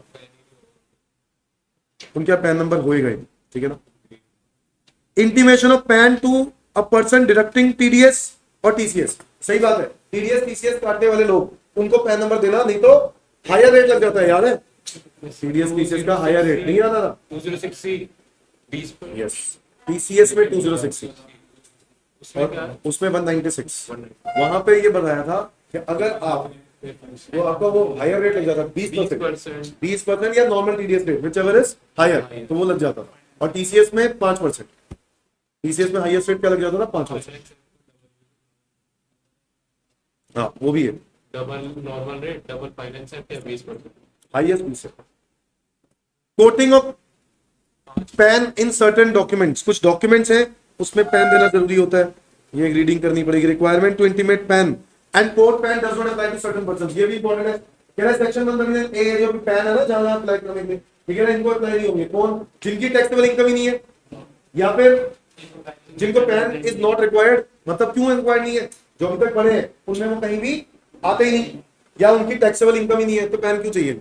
if such person furnishes a declaration under section 197A in the prescribed form and the manner that the tax on estimated income for that previous year will be given, is that clear. अगर कहीं पर requirement आ भी जाती है तो वो ये कहेगा, डिक्लेरेशन देगा अंडर सेक्शन 197A कि मेरा टोटल इनकम जो बनता है वो 2.5 लाख से क्या बनता है, कम बनता है, तो इसलिए मेरे को पैन नंबर, मैं पैन नंबर के लिए अप्लाई नहीं कर रहा, इज दैट क्लियर। अच्छा आपने ये भी पढ़ा था pan or Aadhaar number interchangeable use कर सकते हैं, आधार की जगह पैन, पैन की जगह आधार, आपको याद है पैन और आधार की लिंकिंग होनी जरूरी है, तो पैन और आधार की लिंकिंग होनी जरूरी है। और कहाँ इंटरचेंजेबल अलाउड है। Every person is required to furnish intimate or quote his PAN may furnish or intimate quote his Aadhaar number in the lieu of PAN. Aadhaar number की जगह मतलब पैन की जगह आधार नंबर यूज करें। If he has not पूरा तो पढ़ो, if he has not allotted a PAN but possesses the Aadhaar number, number 1. Number 2, has been allotted a PAN and has intimated his Aadhaar number to prescribed authority in accordance with requirement contained in section 139AA इस पर आधार number यहाँ पे लिखा है every person is required to furnish और intimate और code his PAN, जहां पे उसको PAN अप्लाई करना कोड करना था उसने may furnish और intimate और code his Aadhaar number in lieu of PAN. If he has not allotted a PAN, अगर उसको PAN अभी तक उसके पास है ही नहीं बट आधार नंबर है और आगे साथ में क्या लिख रहा है condition has been allotted a PAN and has intimated his Aadhaar number to prescribe authority in accordance with the requirement contained in section 139. अब कुछ ऐसे केसेस होते हैं जहां पर आपके पास पैन नंबर की जगह पे आप आधार नंबर भी कोड कर सकते हो। क्यों? पैन नंबर आपके पास है ही नहीं, आधार नंबर लोगों के पास होता है, तो आधार नंबर अगर है तो आधार नंबर कोड कर सकते हो। जैसे आप आईटीआर भरते हो तो आप पैन नंबर के बिना तो आईटीआर भर नहीं सकते हो। आपको पता है पैन आईटीआर भरने के लिए आपको वो बोलता है कि आपके पास आधार नंबर होना भी बहुत जरूरी है। क्या होना जरूरी है? हाँ, बी जरूरी है। आधार नंबर के बिना आपको नहीं। अब आधार नंबर नहीं है तो आधार नंबर की जगह पे आप 28 डिजिट का आधार का एनरोलमेंट आईडी डाल सकते हो इसी आईटीआर फॉर्म के अंदर। क्यों? उसे अच्छा 139AA जो सेक्शन लिखा है ना वहां पे लिखा है आधार नंबर मैंडेटरी है। हर आईटीआर भरने वाले के पास क्या होना चाहिए? आधार नंबर, वो भी मैंडेटरी। अब यहाँ पर कह रहे हैं कि पैन नंबर मैंडेटरी है, वहां पे कह रहे हैं आधार नंबर मैंडेटरी। तो भाई साहब फिर तो दोनों ही मैंडेटरी है। आधार नंबर मैंडेटरी है बट मान लो आपने आईटीआर भर रहे हो और आधार नंबर आपसे मांगेगा तो आधार नंबर की जगह पे आप आधार एनरोलमेंट आईडी डाल सकते हो। कितने डिजिट की? 28 डिजिट। वो डाल दोगे और फिर जैसे आधार नंबर आ जाता है तब उसके बाद आपको उसकी लिंकिंग करनी होगी। क्या करनी होगी? Linking. PAN would be allotted in prescribed manner to a person who has not been allotted a PAN but possesses PAN number. अच्छा, आपको पता है आधार नंबर जब आप पैन भरते हो ना आज के टाइम पे पैन के लिए अप्लाई किया किसने? अभी रिसेंटली अगर किसने पैन के लिए अप्लाई किया हो तो आधार नंबर के बिना पैन ही नहीं मिलेगा। सबसे पहले आधार नंबर देना होगा एप्लीकेशन में। आधार नंबर मांगेगा। क्या मांगेगा? बिना आधार के पैन ही नहीं होगा, पैन मिलेगा ही नहीं। कहानी खत्म। तो अगर मैं पैन अप्लाई आज के टाइम पे करवाऊंगा किसी का तो आधार नंबर ही सबसे पहले शुरुआत। तो इसका मतलब आधार और पैन पहले से ही लिंक होके आएगा। बट ये लिंकिंग वाला चक्कर उनके साथ पंगा पड़ा था जिन लोगों के पास पहले पुराने पैन है उतना आधार मैंडेटरी हुआ नहीं करता था। आज गवर्नमेंट ने आधार मैंडेटरी कर दिया। कुछ समझ में आ रहा है? Accordingly, the CBDT with this notification provide that any person who has not allotted a PAN but possesses the Aadhaar number had furnished or intimated or quoted his Aadhaar number in lieu of PAN shall be deemed to have been applied for allotment of PAN. क्या मतलब? कह रहा अगर तुमसे pan मांगा और तुमने pan ना देकर क्या दे दिया? आधार नंबर, चलेगा, अभी के लिए चलेगा। और आपको ये प्रूफ देना पड़ेगा कि आपने पैन के लिए अलॉटमेंट के लिए अप्लाई कर दिया। हाँ, आपको पैन के लिए अप्लाई करना पड़ेगा। उसके लिए डिक्लेरेशन देनी पड़ती है। क्या देनी पड़ती है? डिक्लेरेशन। क्या आपने पैन के लिए अप्लाई कर दिया? Further, any person who has not allotted a PAN but possesses the Aadhaar number may apply for allotment of PAN. Is that clear? By intimating the Aadhaar number, and he shall not be required to apply or submit any. क्या मतलब है भाई? देखो आप कभी भी कहीं पर देखो क्या है ना, further any person who has not been allotted a PAN, जिसके पास अभी तक PAN नहीं है और आधार नंबर है, then may apply allotment for PAN under section 139A by intimating his Aadhaar number. Aadhaar number के बिना मैंने बोला ना आज के टाइम पे पैन अप्लाई करोगे तो क्या चाहिए? आधार। तो आपको कोई और डॉक्यूमेंट सबमिट करने की जरूरत नहीं है। मेरे कहने मतलब पहले मैंने जब पैन अप्लाई किया था ना आज से पहले तो मेरे से क्या मांगा गया था? Address proof. मुझसे जब आधार होता ही मेरे से क्या मांगा गया था? Address proof. ठीक है, रेजिडेंस प्रूफ हो गया, फिर अपना नाम का प्रूफ, ठीक है, आपको बर्थ सर्टिफिकेट वगैरह, ये 2-3 चीजें मांगी गई थी। अब क्या है आज के टाइम पे कोई डॉक्यूमेंट की जरूरत नहीं है। आधार नंबर दे दो, खत्म। आधार नंबर के अंदर आपको क्या सब कुछ। जब आधार नंबर बने थे तब सारे प्रूफ लिए थे ना, अब बार बार प्रूफ भी ले रहे हो, तो लॉजिकली होना भी ये चाहिए। Quoting and authentication of PAN or Aadhaar number. Every person entering into such prescribed transaction is required to quote his PAN या Aadhaar number as the case may be in documents pertaining to such transaction and also authenticate such PAN or Aadhaar number in prescribed manner. Every person receiving such document relating to transaction to ensure that a PAN or Aadhaar number has been duly quoted in such document and also ensure that such PAN or Aadhaar number is so authenticated. अरे authentication कैसे होती है? Authentication कैसे होती है कि pan correct है, आधार correct है, आधार होती है, इसी से ऑथेंटिकेशन होती है. सो कह रहा है coating and authentication of PAN or Aadhaar number. Accordingly, Rule 114BB has been inserted to prescribe that every person at the time of entering into transaction quote his PAN number or Aadhaar number in the document pertaining to such transaction, and every person who receives such document has to ensure that said number has been duly quoted and authenticated. That's it. हाँ जी, दो बातें. पहला कह रहा है जब कोई भी डॉक्यूमेंट जहां पर भी पैन नंबर मांगेगा, आप पैन नंबर की जगह पर क्या दे सकते हो? देख रहे हैं? क्या लिख रहा है? पैन नंबर की जगह क्या दे दो? आधार नंबर. अब आधार नंबर पैन नंबर जो भी दे दिया, किसमें code his PAN or Aadhaar number as the case में भी in document pertaining to such transaction. जिस ट्रांजैक्शन में भी पैन नंबर चाहिए, आपने वहां क्या दे दिया? आधार नंबर. और वो डॉक्यूमेंट में आपको आधार नंबर दे दिया. And every person specified in 3 column above, अभी नीचे आएगा, who receives such document has to ensure that the said number has been duly quoted and authenticated. मतलब उसका वेरीफाई करना जरूरी है कि ये सही नंबर है या गलत. यानी किसकी रिक्वायरमेंट है? जो वो नंबर ले रहा है. वैसे मेरे साथ अगर तुम फाइनेंशियल ट्रांजैक्शन कर रहे हो तो मुझे ध्यान देना है कि तुमने जो नंबर दिया है वो ऑथेंटिकेटेड है या मतलब वेरीफाइड है, सही है या नहीं. ये देखो, ये वही ट्रांजैक्शंस हैं जहां जहां पर आपको क्या देनी है? कोटिंग ऑफ पैन या आधार नंबर. और ये उसकी एक्सेप्शन है जहां पे आपको डालने की coating Aadhaar number pan number डालने की जरूरत नहीं है. ये वही है IFSC वही वाला जो अभी बोला.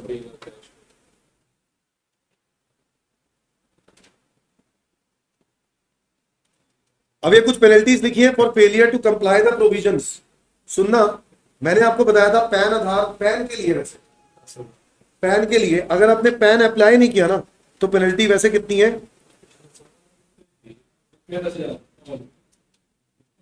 क्या सबके लिए 10,000 बस. पैन वगैरह का कुछ भी रिलेटेड हो, आधार नंबर तो क्या है 10,000 पर डिफॉल्ट है.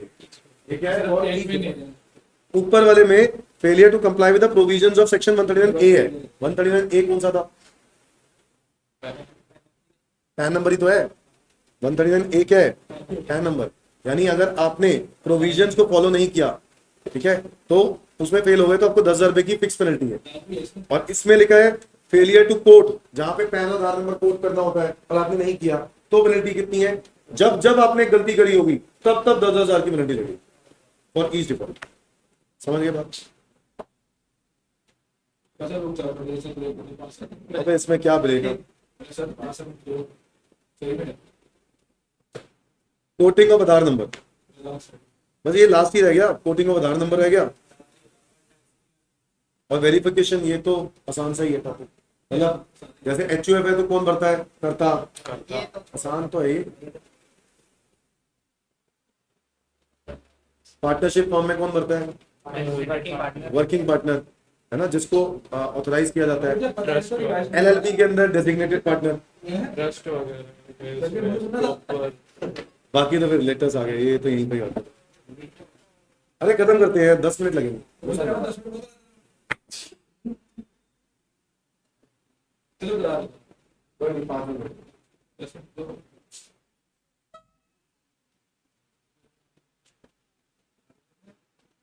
ये चैप्टर खत्म कर देना. नहीं खाली तो प्रांत से मारने पूरी करो. आज का मैं बर्बाद है, तुम्हारे क्यों अटक करता है? खत्म कर देना इसको.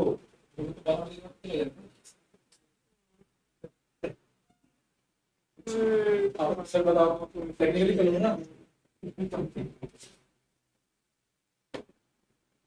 क्या हो गया? ठंड लगी है? ठंड लगी है उनको. अगर सीरियस होने वाले प्लान में थोड़ा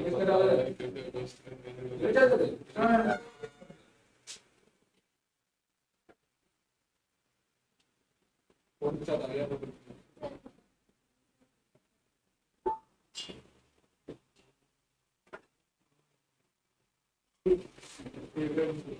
एमसीक्यूज करने स्टार्ट करें। केस बना रहे हो? अरे बोले थे मैंने केस बना रहे हो, एमसीक्यू करे नहीं करे, बोल चुका हूं कई बार। चैप्टर तो है पहले एग्जाम में ना धतियां उड़ जाएंगी, धतियां। केस बना रहे हो, मान जा मेरी बात, मान जा। केस बना रहे हो, एमसीक्यूज बोले थे मैंने, बहुत बढ़िया। ये सीलिंग इनकम टैक्स करके तो इनकम टैक्स क्यों कहा? अरे तो सर पहले 5 को करना है अभी भी नहीं कर पा रहे। हो गए वो तो होगा क्या तो के छोड़ के लगे इसके बाद जॉब करी फिर अकाउंट्स करी और फिर बाकी जो बचे वो करूंगा पहले जीएसटी करूंगा हाँ खत्म कर यार, खत्म। अब क्या करें? करना ही पड़ेगा ऑप्शन सिलेबस कितना ये अब रियलाइज हो रहा तेरे को सिलेबस इतना है।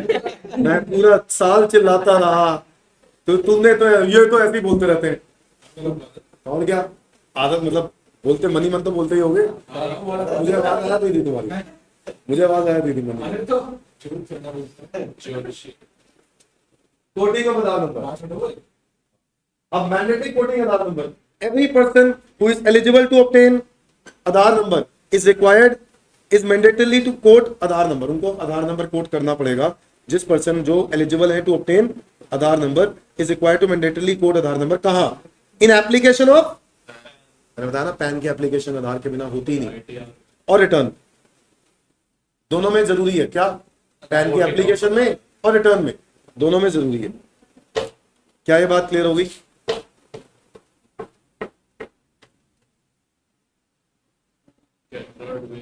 कोटिंग ऑफ एनरोलमेंट आईडी, ये मैंने बताया अभी अभी। जब आप रिटर्न भरते हो तो आपको 28 डिजिट का एनरोलमेंट आईडी का ऑप्शन होता है, आप वहां पे वो भर सकते हो। ये साबित करने के लिए कि आपने आधार के लिए अप्लाई कर रखा है, आपके पास अभी तक आधार है नहीं। समझ गए बात? Yes sir. 1 अक्टूबर 2024 के बाद इसके ऊपर क्या बात लिखी है देखो। However, 1 अक्टूबर 2024 के बाद option of quoting Aadhaar enrolment ID or Aadhaar application for allotment of PAN or return of income is to be discontinued. पर ये 1 अक्टूबर 24 के बाद है, यानी आपको दोनों याद करने हैं। एक से पहले एक से ठीक है, ये नहीं लिखा होगा उसके अंदर। 1 अक्टूबर 24 से पहले अलग हो गया और 1 अक्टूबर 24 के बाद अलग हो गया। क्या? 1 अक्टूबर 24 के बाद ये चीज क्या होगी? एनरोलमेंट आईडी की देने की जरूरत नहीं है। मतलब अब जो रिटर्न्स है ना, अब जो भर रहे होंगे लोग, उसमें एनरोलमेंट आईडी की जरूरत नहीं है। मतलब एनरोलमेंट आईडी नहीं है, वहां पर क्या है? आधार नंबर ही डालना। पेमेंट से नहीं हो सकता अब एनरोलमेंट आईडी नहीं है, चाहिए आधार ही चाहिए। एनरोलमेंट आईडी खत्म कर दी ना चक्कर। समझ में आ गया कि नहीं? मेरे कब से? 1 अक्टूबर 2024 के बाद से, मतलब अब वाली जो रिटर्न होंगे। समझिए बात? Further a person who has been allotted a PAN number on the basis of enrolment ID of Aadhaar application form filed before 1st October 24 has to intimate his Aadhaar number on the before a notified date to prescribe authority in prescribed manner। मतलब वो तो अगर 1 अक्टूबर के बाद ये change नहीं हुआ होता तो तब भी आधार नंबर देना पड़ता। अरे मेरे भाई, पैन नंबर ये कह रहा है जब अगर मान लो एनरोलमेंट आईडी का चक्कर ही मैंने खत्म कर दिया। पहले तो दोनों ऑप्शन थे ना, आपने आधार नंबर ना दिया, एनरोलमेंट आईडी दे दी, ये साबित हो गया कि आपने आधार के लिए अप्लाई। बट अगर एनरोलमेंट आईडी अब 1 अक्टूबर 24 के बाद क्या है? ये चक्कर ही खत्म कर दिया, अब आपका एक ही है। नहीं, मैं कह रहा हूँ इसमें कहा ना कि जिसने 1 अक्टूबर से पहले एनरोलमेंट आईडी पर पैन ले लिया, हाँ उसको 1 अक्टूबर के बाद कोई स्पेसिफाइड डेट पे आधार नंबर भी देना पड़ेगा। हाँ, पर वो तो पहले भी यही था कि जिसने एनरोलमेंट आईडी पे पैन लिया उसको इनफॉर्म उसका आधार आ जाएगा, आएगा तो बताना पड़ेगा। बताना पड़ेगा कि उसने नहीं किया। नहीं, अरे वो 1 अक्टूबर 2024 के अमेंडमेंट वाली पॉइंट पे बात कर रहे हैं कि मान लो तुम्हें ये लगना लगे कि 1 अक्टूबर 24 के बाद एनरोलमेंट आईडी का तो चक्कर खत्म ही हो गया। वो ये कह रहे हैं कि 1 अक्टूबर 24 से पहले जिन्होंने एनरोलमेंट आईडी दिया हुआ था उनको 1 अक्टूबर 24 के बाद आधार नंबर दिखाना पड़ेगा। तो वो तो सही लिखा है उसमें, तो जनरल बात होगी। तू समझ गया ना? बस मेन मुद्दा ये है। नहीं, मैं इसमें समझा, मैंने इससे असर- हाँ वो सही बोला, सही बोला, वही बोला। Further person who has been allotted a PAN on the basis of enrolment ID, जिसको एनरोलमेंट आईडी के बेसिस पर क्या मिला था, तो जब आधार नंबर आ जाएगा तो वो बताना है, बस यही बोलता। Is that clear? Intimation of Aadhaar number to prescribe authority, Aadhaar number prescribe authority को बताना है। कौन सी prescribe authority? Income tax department. कह रहा है every person who has allotted a PAN as 1st July 2017 and is eligible to obtain Aadhaar number shall intimate his Aadhaar number कब तक? 31 मार्च 22 तक ये डेट निकल चुकी है। ये लिंकिंग वाले काम था, जब लिंकिंग करने की बात हो रही थी 1000 रुपए तब फाइन लगता था। Notwithstanding the last date of intimating linking of Aadhaar number with PAN being this date, it is clarified that it is mandatory to quote and link Aadhaar number while filing of return। ये पुरानी बात हो गई है, अब वैसे इसका कोई मतलब नहीं है। Consequences of failure to intimate Aadhaar।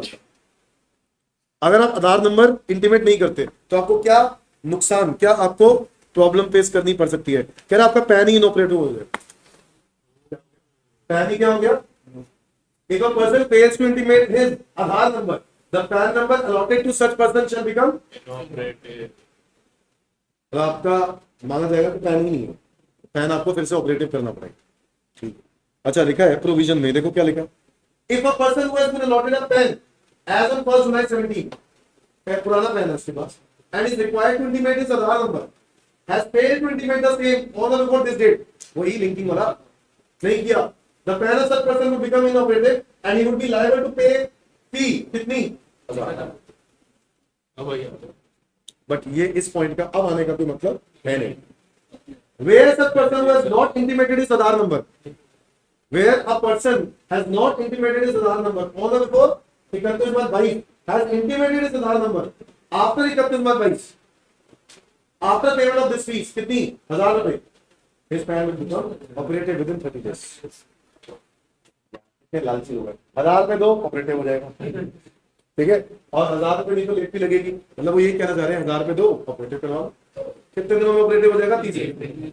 अच्छा प्रॉब्लम पता क्या है, उन 30 दिनों में तुमने कोई ट्रांजैक्शन करी और वहां पे पैन की जरूरत पड़ी, तो पैन नंबर दे रहे होगे तो वो इनवैलिड है, तो 10,000 की पेनल्टी और बता दी, पैन तो इनवैलिड ही है ना वो वाला। सही कमा रहे तो क्या है, मैं ज्यादा पढ़ लिया क्या आज? सही कमा रहे थे सर यानी। साथ साथ ओ अगला बताओ, a person whose PAN has become inoperative would be liable for following consequences for a period commencing from the date specified for above below till the date it becomes operative। क्या refund नहीं मिलेगा?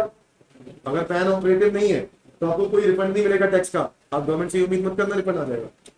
Refund आना था pan वालों के पास, अब pan ही नहीं है तुम्हारा, ऑपरेटिव ही नहीं है, तो रिफंड नहीं आएगा। Interest would not be payable on refund, आप गवर्नमेंट से ये मत उम्मीद करना कि रिफंड पे इंटरेस्ट देगी। गवर्नमेंट रिफंड पे इंटरेस्ट देती है, देती तो वैसे 6% ही है साल का, ठीक है, आधा आधा परसेंट। अरे मान ले रिफंड जनरेट हो चुका है और आपका पैन इनऑपरेटिव हो चुका है ना, तो उस वक्त फिर रिफंड पे ना इंटरेस्ट आएगा, रिफंड तो आई नहीं ना, रिफंड पे इंटरेस्ट भी नहीं आएगा, वही कहता है। Where TDS tax is deductible at source, tax is deductible at source in case of such person। भाई पैन नंबर अगर नहीं कोट करोगे तो क्या होता है? हायर रेट लगता है टीडीएस का, वही बात लिख दी। Where tax is collectable at TCS, और आपने वो टीसीएस में पैन नंबर डिक्लेयर नहीं किया तो क्या होगा? लास्ट में क्या लिख रहे हैं? कह रहा consequences will effective from date specified by the board on 1 July 2020। कह रहा these consequences would effect from 1st of July 23 and continue till PAN becomes कितने रुपए की फी दो? Provisions not apply to certain persons। किनको पैन आधार नंबर, मतलब कोटी का आधार नंबर, आधार नंबर किनको जरूरत नहीं है? जैम, जम्मू एंड कश्मीर, असम, मेघालय, ठीक है, जैम लोग हो गए नॉन रेजिडेंट, क्या होने चाहिए? और जिनकी उम्र 80 है उससे super senior citizen, not a citizen of India. Aadhaar number की जरूरत नहीं है, मतलब अब उनके ऊपर रिस्ट्रिक्शन है, 80 साल की उम्र हो गई, आधार नंबर हमें हमारी उम्र का नहीं पता आगे क्या कितना दूंगा, नहीं समझे? आधार नंबर। फिर उसके बाद नॉन सिटीजन, इंडिया का सिटीजन ही नहीं है, उसको आधार नंबर बोल रहे हो, फिर नहीं रहता आधार, भाई सिटीजन ही नहीं, हमें यहाँ रहते ही नहीं। अच्छा नॉन रेजिडेंट, अच्छा नॉन सिटीजन और नॉन रेजिडेंट में तो फर्क है। नॉन सिटीजन तो कोई बाहर का सिटीजन है, इंडिया में आया थोड़े टाइम के लिए रह रहा है, रेजिडेंट भी हो सकता है वो उस दिन के लिए, बट वो नॉन सिटीजन है तो उसके लिए भी क्या बोल दिया कि आपको आधार नंबर की। और जैम एरिया में अगर रहते हो, कौन से? जम्मू एंड कश्मीर, असम, मेघालय, बस एक टीआरपी है, टीआरपी याद है, मैं बताया था टैक्स रिटर्न प्रिपेयर्स, क्या आप लोगों को टैक्स रिटर्न प्रिपेयर्स में रिटर्न सेक्शन 109B जो बी सेक्शन है, ये रिटर्न भरने वाले लोग हैं, प्रिपेयरर्स हैं। और ये कौन नहीं हो सकते? एक सीए नहीं हो सकता, आपको बताया था सीए नहीं हो सकता, लॉयर जो सिविल कोर्ट में प्रैक्टिस कर रहा हो वो नहीं हो सकता, बैंक में जिस बैंक में हमारा अकाउंट है उसका मैनेजर, उसका कोई भी ऑफिसर नहीं हो सकता, और आपकी कंपनी का एम्प्लॉय नहीं हो सकता। 4 लोग नहीं हो सकते। बताओ कौन? सीए नहीं हो सकता, लॉयर जो कि प्रैक्टिस कर रहा हो कोर्ट में। नंबर 3, बैंक का कोई ऑफिसर नहीं हो सकता जिस बैंक में आपका अकाउंट है। नंबर 4, कंपनी का एम्प्लॉय। कंपनी का एम्प्लॉय नहीं हो सकता। अरे जो टैक्स रिटर्न प्रिपेयर अंग्रेजी की हिंदी कर लेना, क्या होगा? जो आपकी इनकम प्रिपेयर कर रहे हैं, बस रिटर्न प्रिपेयर कर रहा है, फाइल कर रहा है, आप तो फिर वो सिलेक्ट नहीं हो सकता। नहीं हो सकता। ये बात तो पहले भी बताई थी, बताइए दी पर अभी पूछिए नहीं। अब भी बताई होगी और तब बताई होगी तो दिमाग में ना चले, ऐसा हो नहीं सकता। तब नहीं बताइए। तूने पूछी नहीं होगी, ये बोल, तेरा ध्यान ही नहीं होगा, ये बोल आप मत करो। भाई। टीआरपी सीए नहीं हो सकता। सीए कहाँ बनता है? टीआरपी कौन बनते हैं? कौन बन रहे रिटर्न? भाई ऐसा है, ये टीआरपी की बात हो रही है और यहाँ मैंडेटरी तुम लोग एक चार्टर्ड अकाउंटेंट बनने के बाद रिटर्न नहीं भरोगे। तुम कहो सर हम क्या बात कर रहे हो, रिटर्न वो बनना चाहे तो क्या दिक्कत है? नहीं, अलाउड ही नहीं है ना, इलीगल है। वो तो मैं क्यों? क्योंकि गवर्नमेंट ने पहले ही तुम्हें इतने काम दे रखे हैं, तुम वो काम संभालो। तुम लोगों के पेट में लात मारते जा रहे हो। ऑडिट वाली रिटर्न दे रखी है ना, ऑडिट तो मानो ना तुम। तुम्हें पूछा काम है नहीं, 1000 में पकड़ेंगे आईटीआर के। और छोटे काम मत पकड़ो ना, कौन सा काम पकड़ो? समझ गए? जहां पे पैसे ज्यादा है तो गवर्नमेंट कह रहा है ऑडिट आपको पावर दी हुई है एक सीए को, तो ऑडिट करे ना वो। क्या ऑडिट? क्या यार 3 साल की ट्रेनिंग में ऑडिट ना सीखी तो क्या सीखा था? 2 साल। ऑडिट ही तो सीखनी है। वही 2 साल और 6 महीने और भी तो है। आईटीओ से 6 महीने नहीं, 4 साल। नहीं वैसे कितना है? 2 साल आईटीओ से। अरे मतलब है क्यों नहीं है, क्या 2 साल है। 2 साल के बाद इंडस्ट्रियल, उसके बाद अगला टाइम तो आएगा। उसके बाद उसके बाद 1 साल है ना, और ट्रेनिंग तो करनी है। ब्रेक लेके फिर रिटर्न देना पड़ेगा 2 साल के वह आर्टिकलशिप नहीं है उसमें। ना, ये 2 साल की ये है। रिसेंट जो है अभी नया। हाँ सर, वो अपने ऊपर 2 साल की करनी है, उसके बाद आपकी हाँ हाँ वो तो मैं समझ गया, 2 साल तो अच्छी बात है, सही है। कम कर दो। खुश हो, जल्दी थी बन जाओ अगर साथ के साथ क्वालिफाई हो गए तो। आगे स्कीम, हाँ मैं टीआरपी समझ में आ गया। तो सीए नहीं बन सकता, ठीक है। अच्छा तो चलो मान लो सीए मान लिया, बैंक का मैनेजर नहीं हो सकता। बैंक के नीचे में नहीं, तू जिस यार सिंपल सी बात है, अगर तुम मैं ही बैंक अकाउंट का मैनेजर, मैं तुम्हारे बैंक का मैनेजर हूँ, ठीक है, और तुम मेरे को ही कह रहा है कि रिटर्न, सारा डेटा तो मैं जानता हूँ तेरे बारे में, तो थोड़ा सा वो नहीं हो जाएगी, बायसनेस नहीं हो जाएगी। तो गवर्नमेंट नहीं चाहता कि वो काम हो। पैसे कितने? आप कौन नहीं हो सकते? कोर्ट वाले नहीं, जज सिविल कोर्ट वाले, प्रैक्टिस वाले नहीं हो। पहले ही तेरे काम है, तू पहले वो तो निभा दे। वो तुमसे क्रिमिनल केस तो निपट नहीं रहे तुमसे, तो वो निपटाओ। और फिर और एम्प्लॉई कंपनी के बायसनेस आ जाएगी। अच्छी चलो दिमाग लगाया, मतलब अब थोड़ा सा दिमाग में घुस गया, ये मैं चाहता हूँ, ठीक है।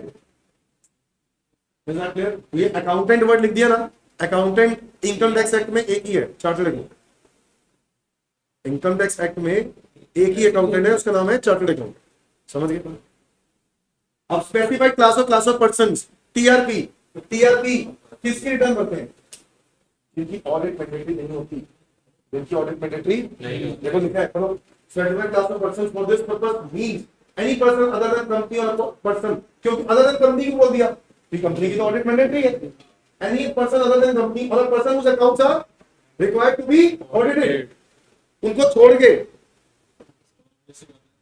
समझ गए, उनको छोड़ के बाकी लोगों की रिटर्न मतलब भर सकते हो। ऑडिट वाले लोगों की रिटर्न नहीं भर सकते। ऑडिट वाले लोगों के लिए सीए है, बस ये। Is that clear everyone? Yes. बस यही है टीआरपी में। बस आगे क्वालिफिकेशन वगैरह आपको मैं बता दूं, टीआरपी का एग्जाम होता है, मैंने ये बात शायद क्लास में बताई थी। टीआरपी का एग्जाम होता है, आप एग्जाम क्वालिफाई करो, टीआरपी बन जाते, ठीक है।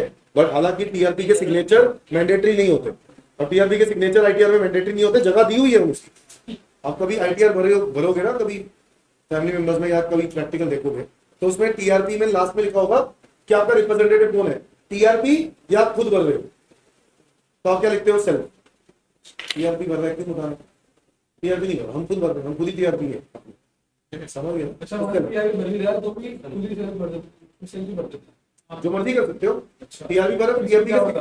टीआरपी वाले पे टीआरपी की इंफॉर्मेशन डालनी होगी, सिग्नेचर चाहिए होंगे। अब वो बेकार की फॉर्मेलिटी, वो अपने पैसे अलग मांगेगा, क्यों पंगे डालने। अब तुम बोलो सीए नहीं भरता, सीए भरता है, कैश में लेता है पैसा। किसमें लेता है? अभी आईटीआर में भर रहा है सीए, आज कैसे ले रहा है? पेटीएम करवा लेगा, कैश ले लेगा, साइन होने समझ से गए? थोड़ी तो वो आईटीआर फॉर्म, क्योंकि साइन होने मैंडेटरी है ही नहीं, इस वाले में नहीं है। जिनमें ऑडिट जरूरी नहीं है उसमें साइन होने जरूरी नहीं। इसलिए नॉलेज होती है तो इसलिए क्लाइंट आ जाता है अपने पास। तो ये प्रॉब्लम। एक सेक्शन 140 है। अब ये देखो 140 में person authorised to verify the return. कौन रिटर्न वेरीफाई कर सकता है? इंडिविजुअल के केस में वेरीफाई आना में ज्यादा, रिटर्न भरनी अलग बात है, वेरीफाई करनी जरूरी है। क्यों? क्योंकि ये कैसे पता चलेगा जो फैक्ट डाले रिटर्न के अंदर वो सही है और आपने पढ़े हुए हैं, आपने अपनी तरफ से रिव्यू कर लिया कि नहीं कर लिया। तो इसलिए इंडिविजुअल में आप खुद भरते हो, आप खुद ही रिस्पॉन्सिबल ऑथराइज पर्सन। बट आप अगर इंडिया से एब्सेंट हो तो या तो खुद या ऑथराइज ऑथराइज पर्सन, आप किसी को क्या करोगे? ऑथराइज। अगर आप मेंटली इनकैपेसिटेटेड हो, मतलब जिसकी जो पागल वागल बंदा है, ठीक है, और अगर उसकी आईटीआर भरनी है बट वो मेंटली इनकैपेसिटेटेड है, तो क्या करेंगे? ऐसे केस में उसका गार्जियन भरेगा, उसका गार्जियन, उसका कोई ना कोई गार्जियन होगा, वो भरेगा। और any other person competent to act on his behalf, यानी उसके बिहाफ पर कोई भी competent to act where for any reason. अगर इंडिविजुअल वेरीफाई नहीं कर पा रहा किसी भी रीजन से, तो ड्यूली ऑथराइज्ड, जिसको भी ऑथराइज किया जाए वो बंदा रिटर्न भरेगा। क्या मेरी बात समझ? भरेगा नहीं, वेरीफाई करेगा। समझ गए बात? अच्छा, एचयूएफ में करता, अगर करता एब्सेंट है तो कोई और एडल्ट मेंबर, वेयर करता is mentally incapacitated, any other adult member. Company में मैनेजिंग डायरेक्टर एमडी ही भरेगा। तो भरेगा एमडी। अगर एमडी किसी अनअवॉइडेबल रीजन की वजह से, ठीक है, वेरीफाई नहीं कर पा रहा, तो कोई और डायरेक्टर भर सकता है। Where there is no MD, अगर कंपनी में एमडी नहीं है कुछ टाइम के लिए, तो ऐसे केस में any other person as may prescribe for this purpose, या कोई डायरेक्टर, कोई और डायरेक्टर भी भर सकता है। Where company is non resident in India, और कंपनी इंडिया की रेजिडेंट नहीं है, तो एमडी ऑफ द कंपनी या जिसके पास वैलिड पावर ऑफ अटॉर्नी है। Next, where company wound up हो रही है, बंद हो रही है, ऐसे केस में लिक्विडेटर। वेयर, वही अगेन सेम, उसको बेचने के लिए। Where the management of the company has been taken over by, तो principal officer of the company, company का जो भी सीईओ हो गया, मतलब मेन ऑफिसर सीईओ हो गया। अच्छा, where application for corporate insolvency resolution process has been admitted by authority, मतलब आपके क्या चल रही है? इंसॉल्वेंसी चल रही है। क्या चल रही है? इंसॉल्वेंसी होने की वजह से जो आपके ऊपर रूल लग रहे हैं, तो ऐसे केस में क्या होगा? इंसॉल्वेंसी प्रोफेशनल हायर किया जाता है। कौन हायर किया जाता है? फर्म के केस में मैनेजिंग पार्टनर, फर्म के केस में managing partner, managing partner. But अगर मैनेजिंग पार्टनर अवेलेबल नहीं है तो any partner of the firm, minor नहीं होना चाहिए। क्या नहीं होना चाहिए? अगर फर्म के अंदर मैनेजिंग पार्टनर ही नहीं है, any part of the firm not being minor. समझ में आया? ये सब पढ़ चुके हैं सेक्शन पर। आगे एलएलबी के केस में डेजिग्नेटेड पार्टनर वर्ड होता है। क्या होता है? और अगर डेजिग्नेटेड पार्टनर अवेलेबल नहीं है तो any partner of the LLP or any other person as may prescribe for this purpose. Local authority में प्रिंसिपल ऑफिसर, लोकल अथॉरिटी में, पॉलिटिकल पार्टी में सीईओ, पॉलिटिकल पार्टी का भी प्रिंसिपल ऑफिसर कैसे, मतलब जो भी उसका मेन सीईओ हो गया। Any other association, any member of the association of the principal officer. क्या? Any member of the association or principal officer of such association or person body religion. और any other person के case में the person, that person who is competent to act on this behalf. भाई देखो, ये है आपका chapter, ठीक है। इसके अंदर मेन मुद्दा जो एग्जाम में पूछा जा सकता है, ठीक है, उस पे किस पे क्वेश्चन आ चुके हैं मैं बताऊं। अगर मोस्ट इंपॉर्टेंट लिखो, ये लिखने वाली बात है, मोस्ट इंपॉर्टेंट। वैसे तो सभी पढ़ना है, पर इसमें मोस्ट इंपॉर्टेंट क्या आता है? एक सेक्शन 139 बंद, 139 बंद हुई वॉलंटरी फाइलिंग। रिटर्न कब कब भरनी मैंडेटरी है ना? उसमें वो बेनिफिशियल ओनर, बेनिफिशियरी उस पे आ सकता है। और वही कि आपने बिजली का बिल 1 लाख से ज्यादा पे किया, 2 लाख से ज्यादा का फॉरेन टूर में खर्चा हो गया, समझ गए, है ना, 1 करोड़ रुपए से ज्यादा करंट अकाउंट में जमा करा दिए, या एज में बी रूल्स एज में बी प्रिस्क्राइब, वो वाले। फिर उसमें वो बिजनेस है तो 60 लाख से ज्यादा का टर्नओवर, प्रोफेशन है तो 10 लाख से ज्यादा का, और टीडीएस टीसीएस 25,000 में से ज्यादा, सीनियर सिटीजन हो 50,000 से ज्यादा, और करंट सेविंग अकाउंट में 50 लाख से ज्यादा का डिपॉजिट। समझ गए, ये सब है। ये इंपॉर्टेंट है। 139(9) मोस्ट इंपॉर्टेंट, डिफेक्टिव इनकम्प्लीटेड, बहुत इंपॉर्टेंट है। डिफेक्टिव रिटर्न, डिफेक्टिव रिटर्न पे आ सकता है क्वेश्चन, आता भी है। एक टॉपिक जो इंपॉर्टेंट है इस वक्त सबसे ज्यादा, वो है आपका कोटिंग ऑफ पैन, और आपका पर्सन, जो भी हम लोगों ने पढ़ा, क्योंकि इस पे क्वेश्चन मैंने भी रिसेंटली देखे हुए हैं, पिछले कुछ टाइम में आए हैं। कोटिंग ऑफ पैन, कहां कहां पैन कोट करना जरूरी है, और एक वो पर्सन ऑथोराइज टू वेरीफाई, है कुछ भी नहीं, बट पता हो सही लिखना बहुत जरूरी है, ठीक है। अब ऐसे तो 139(3) भी इंपॉर्टेंट है। Return of loss, return of loss, loss की रिटर्न भरनी जरूरी है ना, नहीं तो आप इस पे कई बार एग्जाम में आया हुआ 139(3), 4 नंबर का आता है क्वेश्चन, 4 नंबर का। ये इंपॉर्टेंट टॉपिक है। रिलेटेड रिटर्न, रिवाइज रिटर्न, बाकी सब चीजें पढ़ोगे। और सॉरी, मेन अपडेटेड रिटर्न तो रह गया,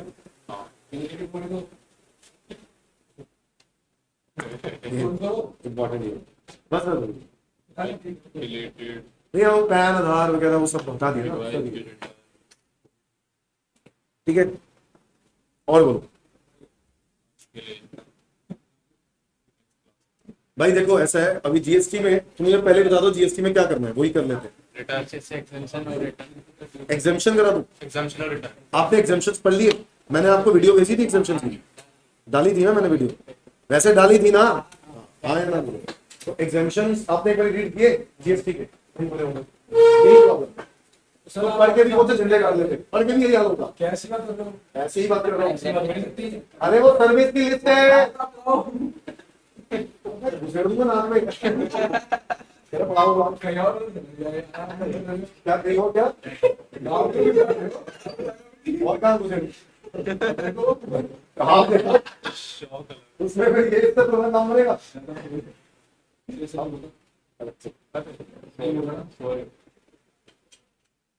अभी मैं क्या कह रहा हूँ, जीएसटी में बताओ कौन कौन से टॉपिक करते हैं जो प्रैक्टिकली पॉसिबल नहीं है। ऐसा करो ना, आप सारे करने हैं तो वो तो हमारी बात छोड़ दो, जो आपको लगता है इम्पोर्टेंट है, पेपर इम्पोर्टेंट तो सारे ही हैं। ना जो डिफिकल्ट है थोड़े से वो करा दो, हमें कोई दिक्कत नहीं है। बट डिफिकल्ट क्या है, एग्जाम क्या है कि तुम लोग क्या नहीं करते हो, मैं बताता हूँ। रिटर्न ढंग से नहीं करते हो, यही चैप्टर है जीएसटी का, ठीक है। और एक तुम उसमें पढ़ जाते हो आईटीसी ग्रेड, तो उनकी प्रैक्टिस करते हो, क्वेश्चन प्रैक्टिस आईटीसी का ग्रेड क्या कहते हो, लॉक क्रेडिट की लिस्ट याद है? लॉक क्रेडिट की लिस्ट याद है? सेक्शन 17 कभी आप कर लेते उनको कभी और एग्जेम्पशंस कह रहे हो तो एक बार एग्जेम्पशंस को डिस्कस करते हैं, यही होगा। तो रिटर्न, एग्जेम्पशंस और आईटीसी के का क्वेश्चन लिख सकते हैं, ठीक है। डीटी में वगैरह डीटी में तो हो गया, क्या करना था बता, हाउस बड़ी एक बार ना वीडियो देख, नहीं सुन, एक बार वीडियो देख लो। वीडियो मैंने करा रखा है, मैंने सारी वीडियोस डाली हुई थी पिछले सेशन में, सब सेशन में एप्लीकेबल है ये वाली सेम। और अभी एक और तरीका है जो मैं सोच रहा था, मैं टाइम वेस्ट नहीं करना चाहता, रिवीजन में कोई फायदा नहीं है, क्योंकि करना तुमने भी बाद में मेरे साथ अपने आप भी खुद ही यही करना, तो बेटर है प्रैक्टिस करना।